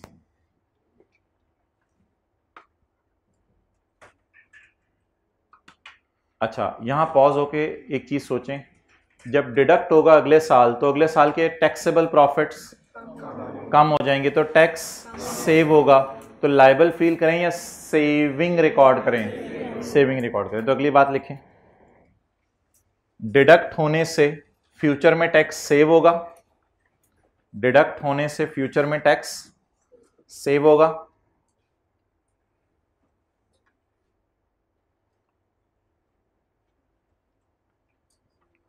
इस सेविंग का नाम बता दें, क्या है बेटे का नाम? DTA। इस सेविंग का नाम डेफर्ड टैक्स एसेट। इस सेविंग का नाम डेफर्ड टैक्स एसेट। ये जो बात मैंने आपको कही थी ना, डाइजेस्ट करना चाहिए कल, तो ये वो आज उसी जैसी बात है जो डाइजेस्ट करनी चाहिए। इसको इंग्लिश में भी सुन लें अगर किसी का इंग्लिश में लिखने का प्रोग्राम था। This 20,000 payable will be paid in next year, so when it will be paid in next year it will be deducted. तो जब डिडक्ट होगा तो डिडक्ट होने से प्रॉफिट कम होंगे, प्रॉफिट कम होंगे तो टैक्स कम देना पड़ेगा। इसे क्या नाम देंगे? सेविंग का नाम, डेफर्ड टैक्स एसेट। अच्छा, वेरी इजी नाउ यार, ये जब भी आप सवाल शुरू करें ना 31, 12, 21 और 22 का डाटा दिया हो, तो इसका मतलब होता है 31, 12, 20 का कोई डाटा नहीं है। अगर होता तो सवाल देता। तो 31, 12, 20 का कैरी डाउन क्या होगा? 0। 31, 12, 20 का कैरी डाउन क्या होगा? 0। तो 1 जनवरी 21 का ब्रॉड डाउन क्या होगा? अब वो मेरी मर्जी है, मैं यहां लिखूं मेरी मर्जी है, लेकिन मुझे उधर से लग रहा है कि डेफर्ड टैक्स एसेट अकाउंट बन रहा है। हालांकि कल की क्लास में मैंने एसेट लायबिलिटी इकट्ठा चलाया करना है, जैसे बैंक और बैंक ओवरड्राफ्ट इकट्ठा चलता था, लेकिन फिलहाल मैं एसेट अकाउंट बना रहा हूं। तो एसेट अकाउंट बनाने में मुझे बताएं, आपको कल बताया था बीडीज कैरी डाउन पहले इस अकाउंट में आते हैं और एक्सपेंस इसमें बैलेंसिंग आता है। ये बात भी भूल गई होगी, मैंने रिवाइज नहीं कराई आज। बीडी सीडी इस अकाउंट में पहले आते हैं और एक्सपेंस बैलेंसिंग आता है। पहले बीडी सीडी पूरे कर लें। अच्छा जी, 1 जनवरी एसेट अकाउंट है ना, इसलिए इधर से शुरू कर रहा हूं। 1 जनवरी 21 बीडी 0। 31, 12, 21 यहां से चाती मारें। 31, 12, 21 कैरी डाउन 8,000। अभी आगे ना चलें, अभी इस सीडी को क्या बनाएं? बीडी। 1 जनवरी 22 बीडी 8,000 और 31, 12, 22 सीडी 0। वो जो सेविंग थी असल में वो सेव हो गई है ना। अब कौन सी सेविंग पड़ी रहने दें? आप बैलेंस शीट में सेविंग पड़ी रहने की कोई तुक नहीं है। अब जो एंट्रीज निकलेंगी बाहर वो 100% यही दो होनी चाहिए, लेकिन उसके लिए मैं ब्लू मार्कर पकड़ूंगा और एक्सपेंस को क्या निकालूंगा? बैलेंसिंग।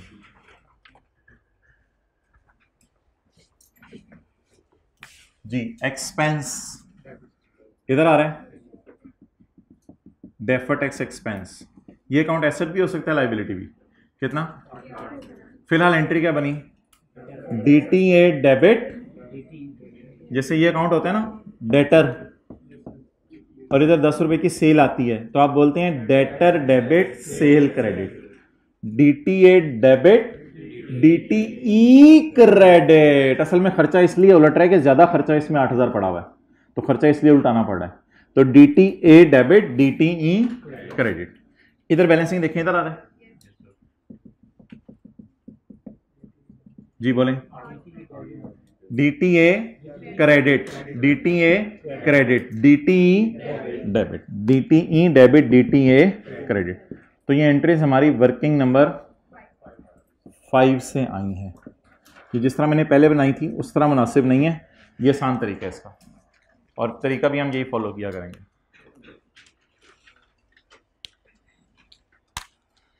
चलें ठीक है, 2-3 मिनट टाइम ज़ाया करें, नोट बना दें। तो कुछ भी नहीं है तो याद होगा शायद। फॉर्मेट में आपको खोल देता हूँ अगर भूला हुआ है। यार वो मुझे रेड मार्कर से 4 जरा फिगर्स बता दें, रेड मार्कर से 4 फिगर्स बता दें जिनकी एंट्रीज होनी है। एंट्री बताएं 48,000 की। Current tax expense debit, current tax payable. ये 60,000 की एंट्री बताएं। Defer tax asset debit, defer tax expense credit. इस 32,000 की एंट्री बताएं। Current tax expense debit, current tax payable credit. ये 60,000 की एंट्री बताएं। Defer tax asset credit, defer tax expense debit. तो मैंने बताया था पूरे डेटे में से बस ये 4 फिगर्स आप ढूंढा करेंगे और ये 4 एंट्रीज आप कर दिया करेंगे अगर 2 साल का सवाल है। अगर 1 साल का सवाल होता तो फिर 2 एंट्रीज होनी।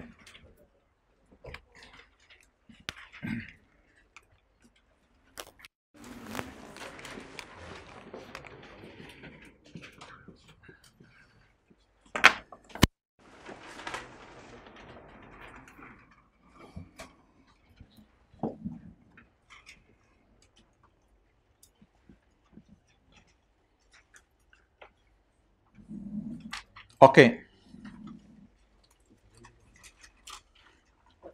यार कैमरा इधर कर दो, ये फॉर्मेट है नोट का।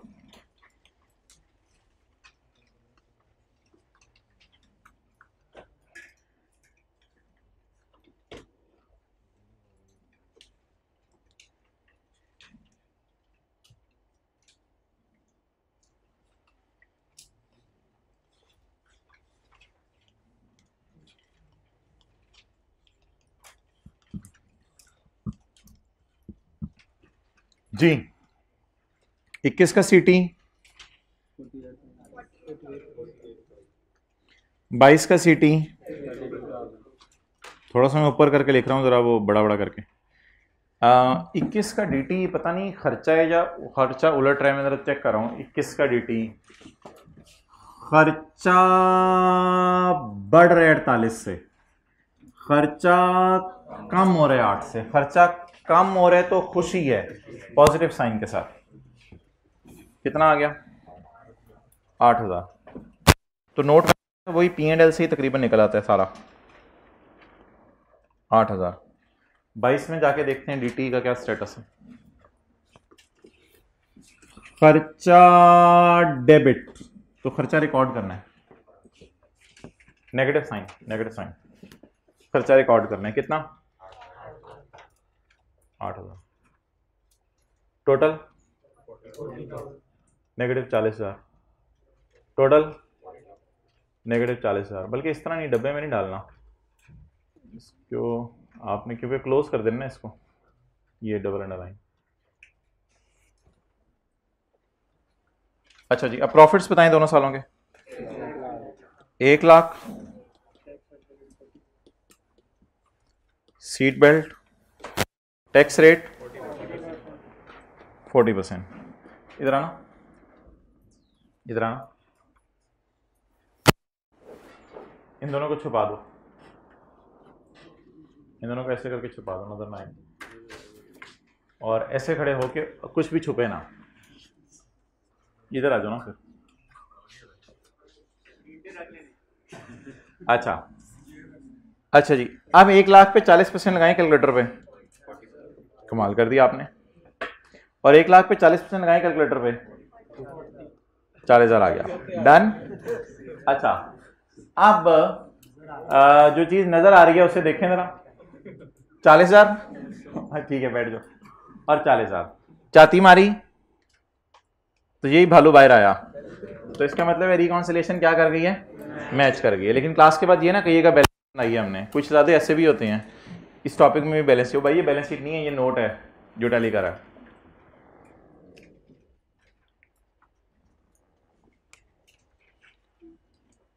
यूजर्स क्या चाहते थे, लाख पे 40% टैक्स बने, और शुक्र है हमारा लाख पे बन भी कितना रहा है 40,000। अगर ये डेफर टैक्स वाली वैरायटी ना मारते और ये फिगरें इधर ना डालते तो क्या ये 40,000 आ जाना था। तो इसका मतलब ये फिगरें डाल के 40,000 आया ना।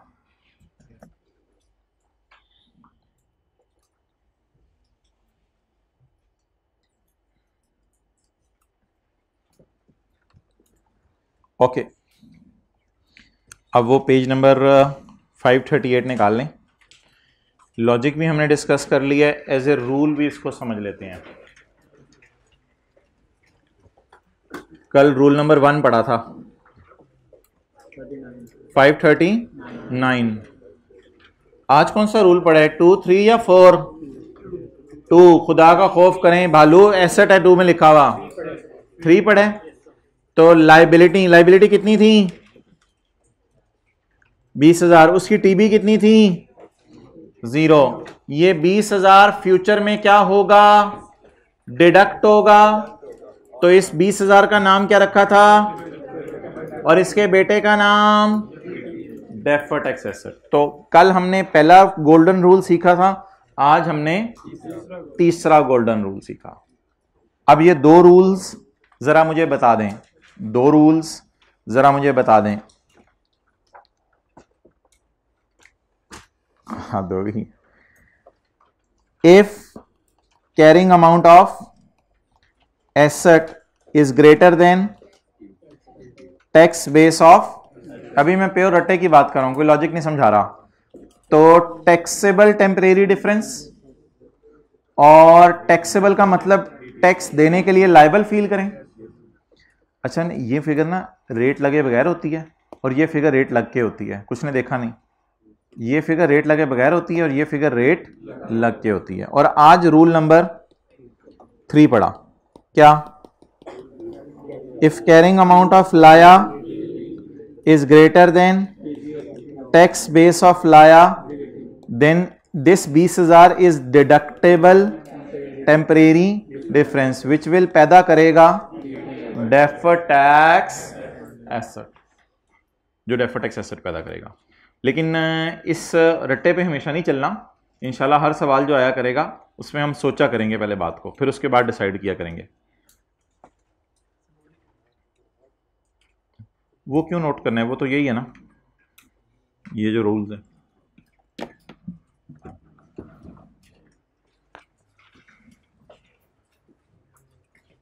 अच्छा, मैंने कल बैलेंस शीट नहीं बनवाई थी, आज मैं आपको बैलेंस शीट भी बताता हूँ। भाई थोड़ी हिम्मत करें। अगर रात को किस टाइम सोए थे? 11 बजे। और सुबह उठे किस टाइम? फजर टाइम। और फिर उसके बाद किस टाइम सोए? उसके बाद सोए नहीं। दोपहर को कितने बजे सोए थे कल? क्या? अच्छा, ओके। अच्छा, पहली बात हमने ये सीखी है, पेएबल का कोई अकाउंट टैक्स में एग्जिस्ट नहीं करता, सिर्फ IFRS रूल्स के मुताबिक अकाउंट बनने हैं। अच्छा, मुझे अब ये बता दें कि बैलेंस शीट में क्या जाएगा। बैलेंस शीट में ना नॉन करंट एसेट्स में जाया करेगा deferred tax asset. Balance sheet में नॉन करंट एसेट्स में जाएगा डेफर्ड टैक्स एसेट। अब आप मेरे से सवाल पूछेंगे, सर करंट एसेट्स में डाल दें इसको, क्योंकि 8,000 जो भी चीज़ है सेविंग है वो अगले साल सेव तो हो जानी है, तो आप करंट एसेट्स में डाल दें। तो आपकी बात बिल्कुल ठीक है, लेकिन आपने इसको नॉन करंट एसेट्स में डालना है। इसकी वजह इंशाल्लाह डिस्कस करते हैं। अभी 22 हो गया और 21 हो गया। बता दें ये डेफर्ड टैक्स एसेट कितना है? ये वाला भालू, ये वाला उठाना है। ये कैरी डाउन 8,000 और इधर कैरी डाउन 0। 8,000 और 0। ये बैलेंस शीट है जो कल हमने बनाई नहीं थी, आज हमने बना लिया। आज हमने P&L भी बना लिया, बैलेंस शीट भी बना लिया, नोट भी बना लिया, जनरल एंट्रीज भी कर ली हैं, वर्किंग्स भी कर ली हैं। अब हमारी डिस्कशन होने लगी है, उधर ही रखो अभी कैमरा, कि नॉन करंट में को डाला जा रहा है, करंट में क्यों नहीं डाला जा रहा। तो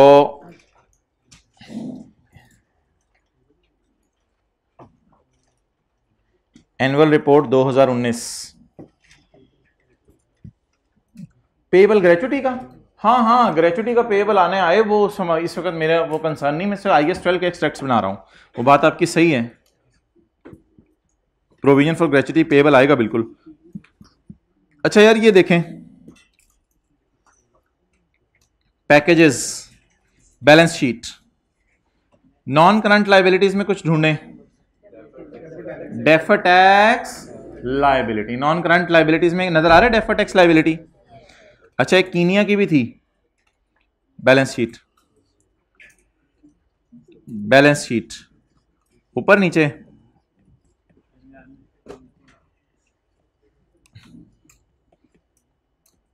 P&L बैलेंस शीट कब मिला है कोई?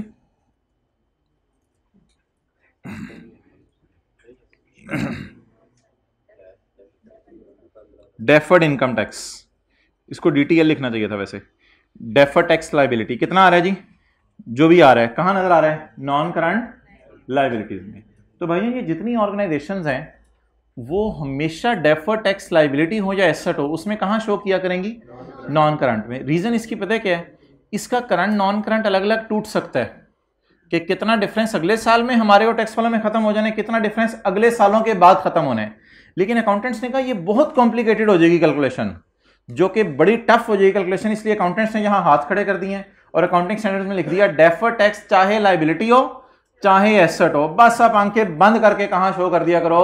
नॉन करंट में। ज्यूम कर लिया करो हमारे और टैक्स वालों में फर्क अगले साल खत्म नहीं होगा, पता नहीं हमारे और टैक्स वालों में फर्क अगले कितने सालों बाद खत्म होगा, बस इसको हमेशा नॉन करंट में डाल दिया करो।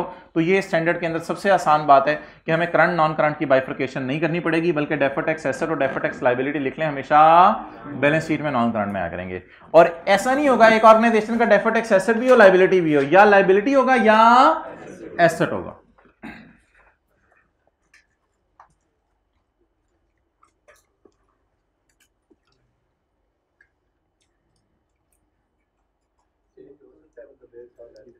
हाँ, एक साल एसेट हो दूसरे साल लाइबिलिटी हो, वो हो सकता है। जैसे पहले साल बैंक हो और अगले साल बैंक ओवरड्राफ्ट हो, बिल्कुल हो सकता है, बजा फरमाया आपने। पहली बात अच्छी की यार, ऐसे फिक्रा बोला करें जिससे मोहब्बतें बढ़ें।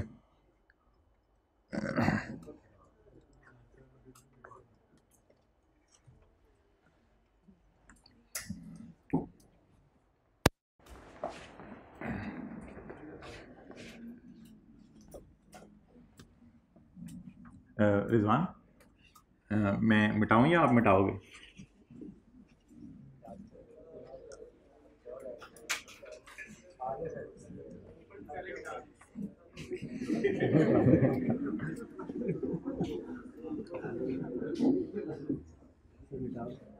जी ये लें।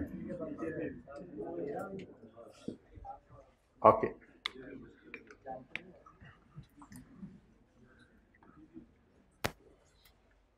डेटर और प्रोविजन का अकाउंट FAR 1 वाला किसी को बनाना आता है तो हाथ खड़ा कर दें। आ जाए फिर इधर समझाएं जरा, डेटर अकाउंट में प्रोविजन कहाँ आती है, राइट ऑफ किधर आता है और खर्चा किधर आता है?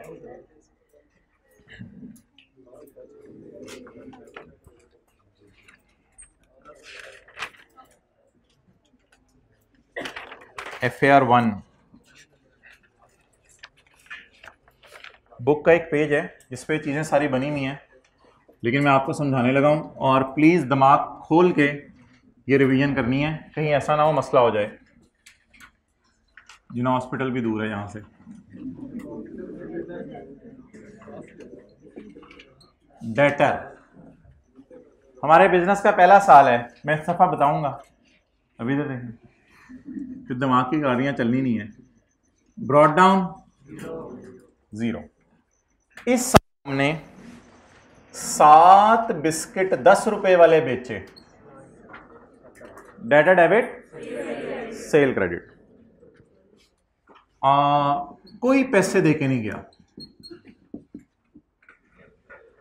कोई पैसे देके नहीं गया। What is carry down? 70। Heads down नहीं करने, मजे की रिवीजन है।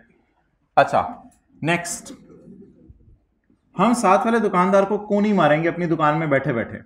हमारी कोनी का लेवल चेक करें, साथ वाले के दुकानदार को कोनी मारेंगे। यार ये इस मार्केट में मैं नया आया हूँ, वो कहेगा हाँ मुझे पता लग रहा है तुम नया आया है, इस मार्केट में मैं नया आया हूँ, तो सारे ही उधार पे इधर चलते हैं। उन्होंने कहा हाँ ये मल्ले वाले ऐसे ही हैं, ये उधार पे ले जाएंगे और अगले साल तनख्वाह आएगी तो फिर आपको पैसे देंगे। तो अब आपने कहा यार इसमें से कोई भागते भूगते भी हैं? उन्होंने कहा इसका एक रेट है पूरा, वो मैं बताता हूँ, इसका ना 10% रेट है, 10% इंशाल्लाह तुम्हें हैंड करा के चले जाएंगे और तुम सोचते रहोगे। 70 इंटू 10%, कितना हो गया? ये अकाउंट भी ऐसा है भालू कि इसमें बीडी सीडी पहले निकलता है, खर्चा बाद में आता है। ये सीडी आ गया, बीडी 0, तो जब बाप 0 तो बेटा 0, तो जब बाप 70 तो बेटा 7 7। अच्छा जी, अब बोलें ये डीटीएल टाइप अकाउंट समझ लें या provision for doubtful debt account समझ लें। अब बोलें खर्चा बुक करूं या खर्चे की बजाय इनकम बुक करूं, क्या फील हो रहा है आपको? खर्चा बुक करूं, खर्चा बुक करूं। और मैंने आपको अक्सर बता दिया है अकाउंट्स में ना इधर खर्चे और लॉसेस आते हैं और इधर इनकम्स आती हैं, एक दिन पहले भी बताया था मैंने आपको। तो खर्चे वाली साइड पे बैलेंसिंग फिगर आ रही है। खर्चा कितना बुक करूं? 7 रुपए का। बैलेंसिंग निकालूं? जी बिल्कुल बैलेंसिंग निकालूं। ये अकाउंट भी उसी तरह है जैसे डीटी अभी बैलेंसिंग आ रहा था ना, तो इधर भी बैलेंसिंग आएगा। बैलेंसिंग बोलें 7। इस बैलेंसिंग का नाम मुझे नहीं पता आपको टीचर क्या लिखवाते थे। इस बैलेंसिंग का जो नाम मैं आज लिखवा रहा हूं, आपने पूरी FR 2 में उसी नाम को चलाना है। इस बैलेंसिंग का नाम FR 2 की किताब में आई कैप ने रखा हुआ है बैड डेट एक्सपेंस, क्योंकि ये P&L में जाता है, इसलिए इसको खर्चा कहते हैं, इसको खर्चा कहते हैं, बैड डेट एक्सपेंस। तो बैलेंस शीट बता दें। 2011 में बाद में करवाऊंगा, 2010 बैलेंस शीट। डेटर ग्रॉस कितने हैं? 70। प्रोविजन का कैरी डाउन, डेटर का कैरी डाउन, प्रोविजन का carry down 7 less provision. Debtor कितने पे आएंगे? इसे नेट डेटर कहते हैं, ग्रॉस डेटर, नेट डेटर। और ये provision for doubtful debt account ये नहीं है कि कोई लायबिलिटी अनसर्टेन टाइमिंग की और अमाउंट की, ये डेटर का ऑपोजिट अकाउंट है। बल्कि प्रोविजन फॉर डेट को ना एसेट अकाउंट कहा जाता है ना लायबिलिटी अकाउंट कहा जाता है, इसे कहते हैं कॉन्ट्रा एसेट अकाउंट, एसेट का पुट्ठा अकाउंट, कॉन्ट्रा एसेट अकाउंट। ये नाम कितने लोगों को पता था? कॉन्ट्रा एसेट अकाउंट कहते हैं इसे। ओके नेक्स्ट, अब क्या हम बनाएंगे? P&L 2010 2011। और खर्चों में क्या आएगा? बैड डेट एक्सपेंस बोलें 7 का। ये बैड डेट एक्सपेंस आ रहा होगा 7 का। Done. Okay now will move towards 2011 और हम देखते हैं कि लोगों ने कैसे बिहेव किया हमारे साथ। 7 रुपए लेके भागे या 6 लेके भागे या 8 लेके भाग गए। अब हम देखते हैं कम लेके भागे, उतने ही लेके भागे या ज्यादा लेके भागे, लेकिन भगाएंगे हम जरूर। अगला साल, अगले साल का डेटा पहले आपके सामने पुट करूं या पहले CD को BD बनाऊं? CD को BD बनाऊं, CD को BD बनाएं। 70 कौन सा साल? 2011। CD को BD बनाएं 7। अब अगले साल का डेटा, अगले साल का डेटा। अगले साल की यह हकीकत है कि आपके अब्बू ने कहा बेटा दुकान बंद करो।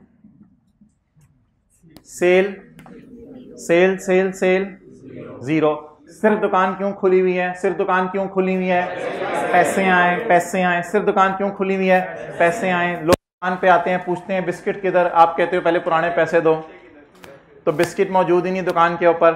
अब सिर्फ क्या होंगे? आपको पैसे आएंगे, दुकान खोल के बैठेंगे, मक्खियां मारेंगे, अनलेस कि आपको पैसे आ जाएं।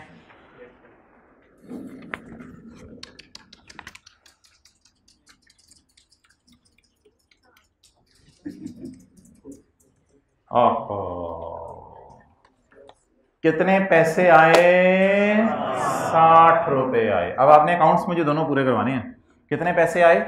60। आपने कहा बैठने का कोई फायदा नहीं है, उठ गए आप और आपने कहा bad debt return of, bad debt return of. इसमें आपको पता है कि रशीद, कामरान और अंजुम ये 3 बंदे हैं। 2 बंदे 4-4 रुपए लेके भागे हैं, 1 बंदा 2 रुपए लेके भागे। इसमें अब आपको बंदों के नाम भी पता है। तो ये अंदाजा है या ये एक्चुअल फिगर है? ये एक्चुअल फिगर है। इसको क्या कहते हैं? Bad debt return of. Bad debt, इसकी डबल एंट्री होती है, इसकी डबल एंट्री होती है, इसकी डबल एंट्री होती है।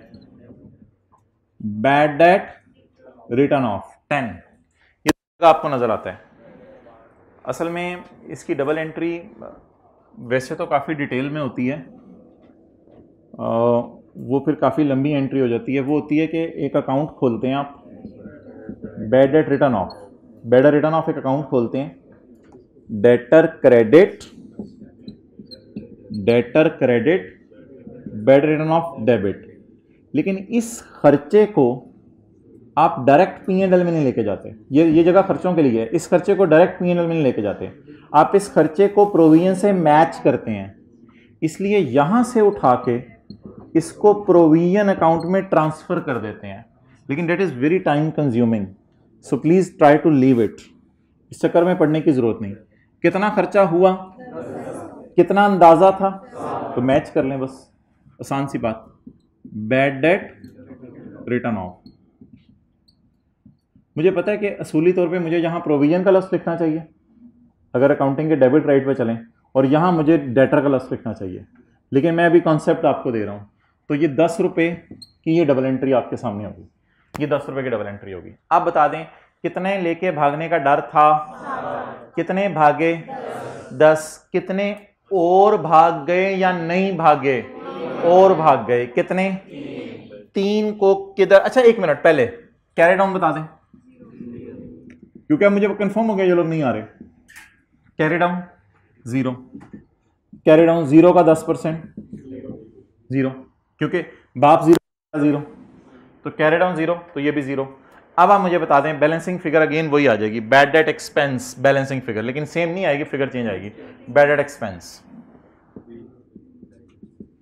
Bad debt expense balancing P&L में जाएगा, कितना 3। तो ये इस अकाउंट से क्यों रूट कराया एक्चुअल भागने को, क्योंकि अंदाजा भी इस अकाउंट में डाला हुआ था, तो बेहतर है कि एक्चुअल भागना भी इस अकाउंट में डालें ताकि अंदाजे की चेंज आपको यहां पे शो हो जाए।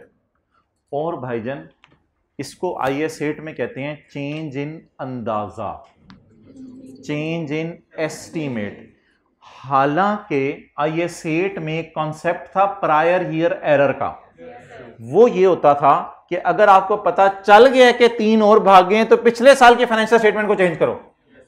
लेकिन ये जो प्रोविजन का अकाउंट है इसमें एरर नहीं होती, ये हमारा अंदाजा ही होता है, और अंदाजा अगर बदल जाए तो उसे प्रोस्पेक्टिवली डील करते हैं। प्रोस्पेक्टिवली डील करने का मतलब ये होता है कि जिस साल के डेटर भागे हैं उस साल में गलती सही करने की जरूरत नहीं, अब जिस साल भागे खैर है उसी साल खर्चा बुक कर दो। तो इसे प्रोस्पेक्टिवली डील किया या रिट्रोस्पेक्टिवली। इसकी सेल तो मुझे पता है कि इधर बुक हुई हुई है 70 की, सेल तो 70 की पिछले साल बुक हुई भी है, खैर है 3 का खर्चा इस साल बुक कर दो, कोई मसला नहीं। आप बता दें अगले साल सेल तो मेरी हुई नहीं, लेकिन खर्चा कितना आ गया 3 का। So it was a story of bad debt. तो पेज नंबर किताब का कौन से 545 के एंड पे देख लें, 545 के एंड पे देख लें। बहुत अच्छे बच्चे हैं जो नोट कर रहे हैं, क्योंकि P&L बैलेंस शीट तो बुक में नहीं बना हुआ, बुक में सिर्फ टी अकाउंट बना हुआ है, और बुक में अनलकीली पहले सफ़े पे 2010 का बना हुआ है और अगले सफ़े पे 2011 का बना हुआ है, और बुक में इस तरह बैलेंसिंग वगैरह और इस तरह की चीज़ें भी शायद पता नहीं वाज़े तौर पे लिखी हुई या नहीं लिखी हुई।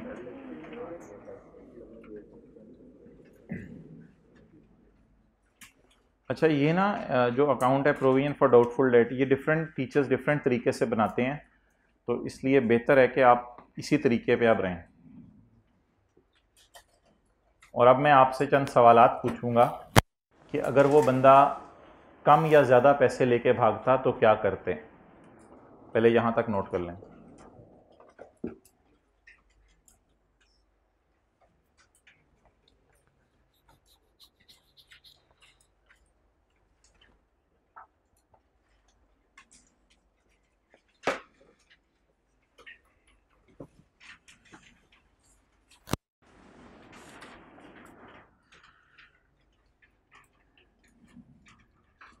अच्छा आपसे अब कोई बैड डेट एक्सपेंस की एंट्री पूछे और बैड डेट रिटर्न ऑफ की एंट्री पूछे तो इसका डबल इम्पैक्ट देख लें। इधर देख लें, बैड डेट एक्सपेंस इस अकाउंट की क्रेडिट साइड पे नजर आता है और P&L की डेबिट साइड पे नजर आता है, ये P&L के मुंह पे नजर आता है। ये 3 रुपए की डबल एंट्री है, bad debt expense debit provision credit, ये 3 रुपए की डबल एंट्री है और ये 10 रुपए की डबल एंट्री है। 3 रुपए की डबल एंट्री, 10 रुपए की डबल एंट्री, ये 7 रुपए। तो ये जो खर्चा है ना, क्रेडिट साइड पे प्रोविजन अकाउंट की नजर आएगा और P&L के मुंह पे नजर आएगा, लेकिन ये जो रिटर्न ऑफ है P&L के मुंह पे नहीं जाएगा। ये डेटर अकाउंट की क्रेडिट साइड पे नजर आएगा और प्रोविजन अकाउंट की। और लॉजिक इसलिए आसान है कि 7 का अंदाजा लगाया था, 10 लेके भाग गए, तो 3 का और खर्चा बुक कर लें।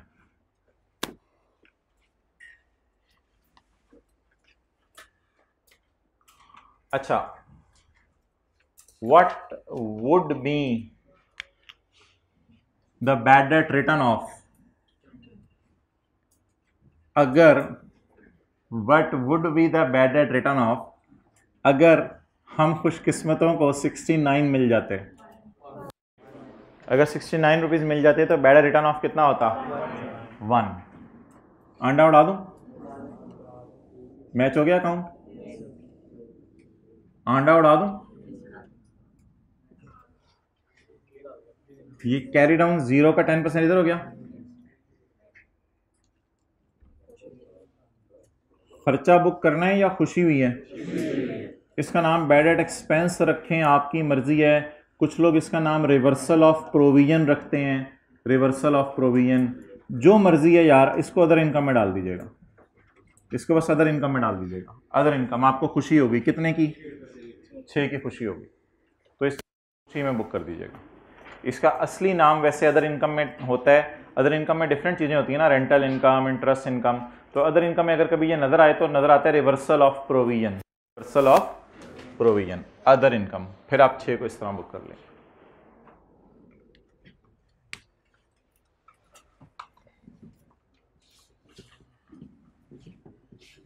वो भाई किधर हैं जो इधर बैठते हैं?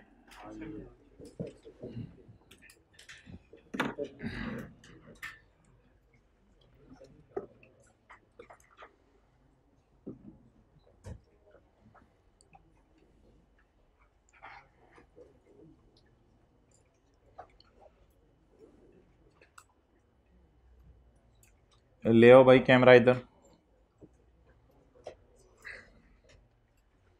अच्छा भाई,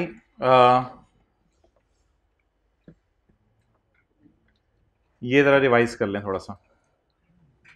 लीज में इंटरेस्ट रेट कल का रिवाइज किया था, आईडीसी। लीज में जरा इंटरेस्ट रेट रिवाइज कर लें। लेसर के सवाल, सिंपल लेसर के सवाल में कौन सा रेट यूज करना है? Implicit rate.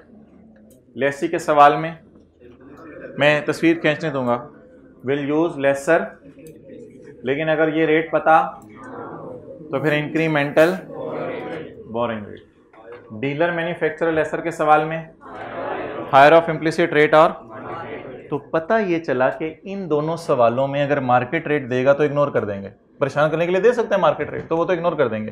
तो हायर ऑफ इम्प्लिसिट रेट और मार्केट रेट।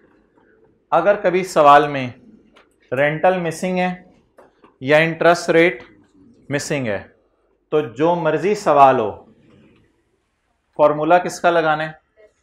लेसर का।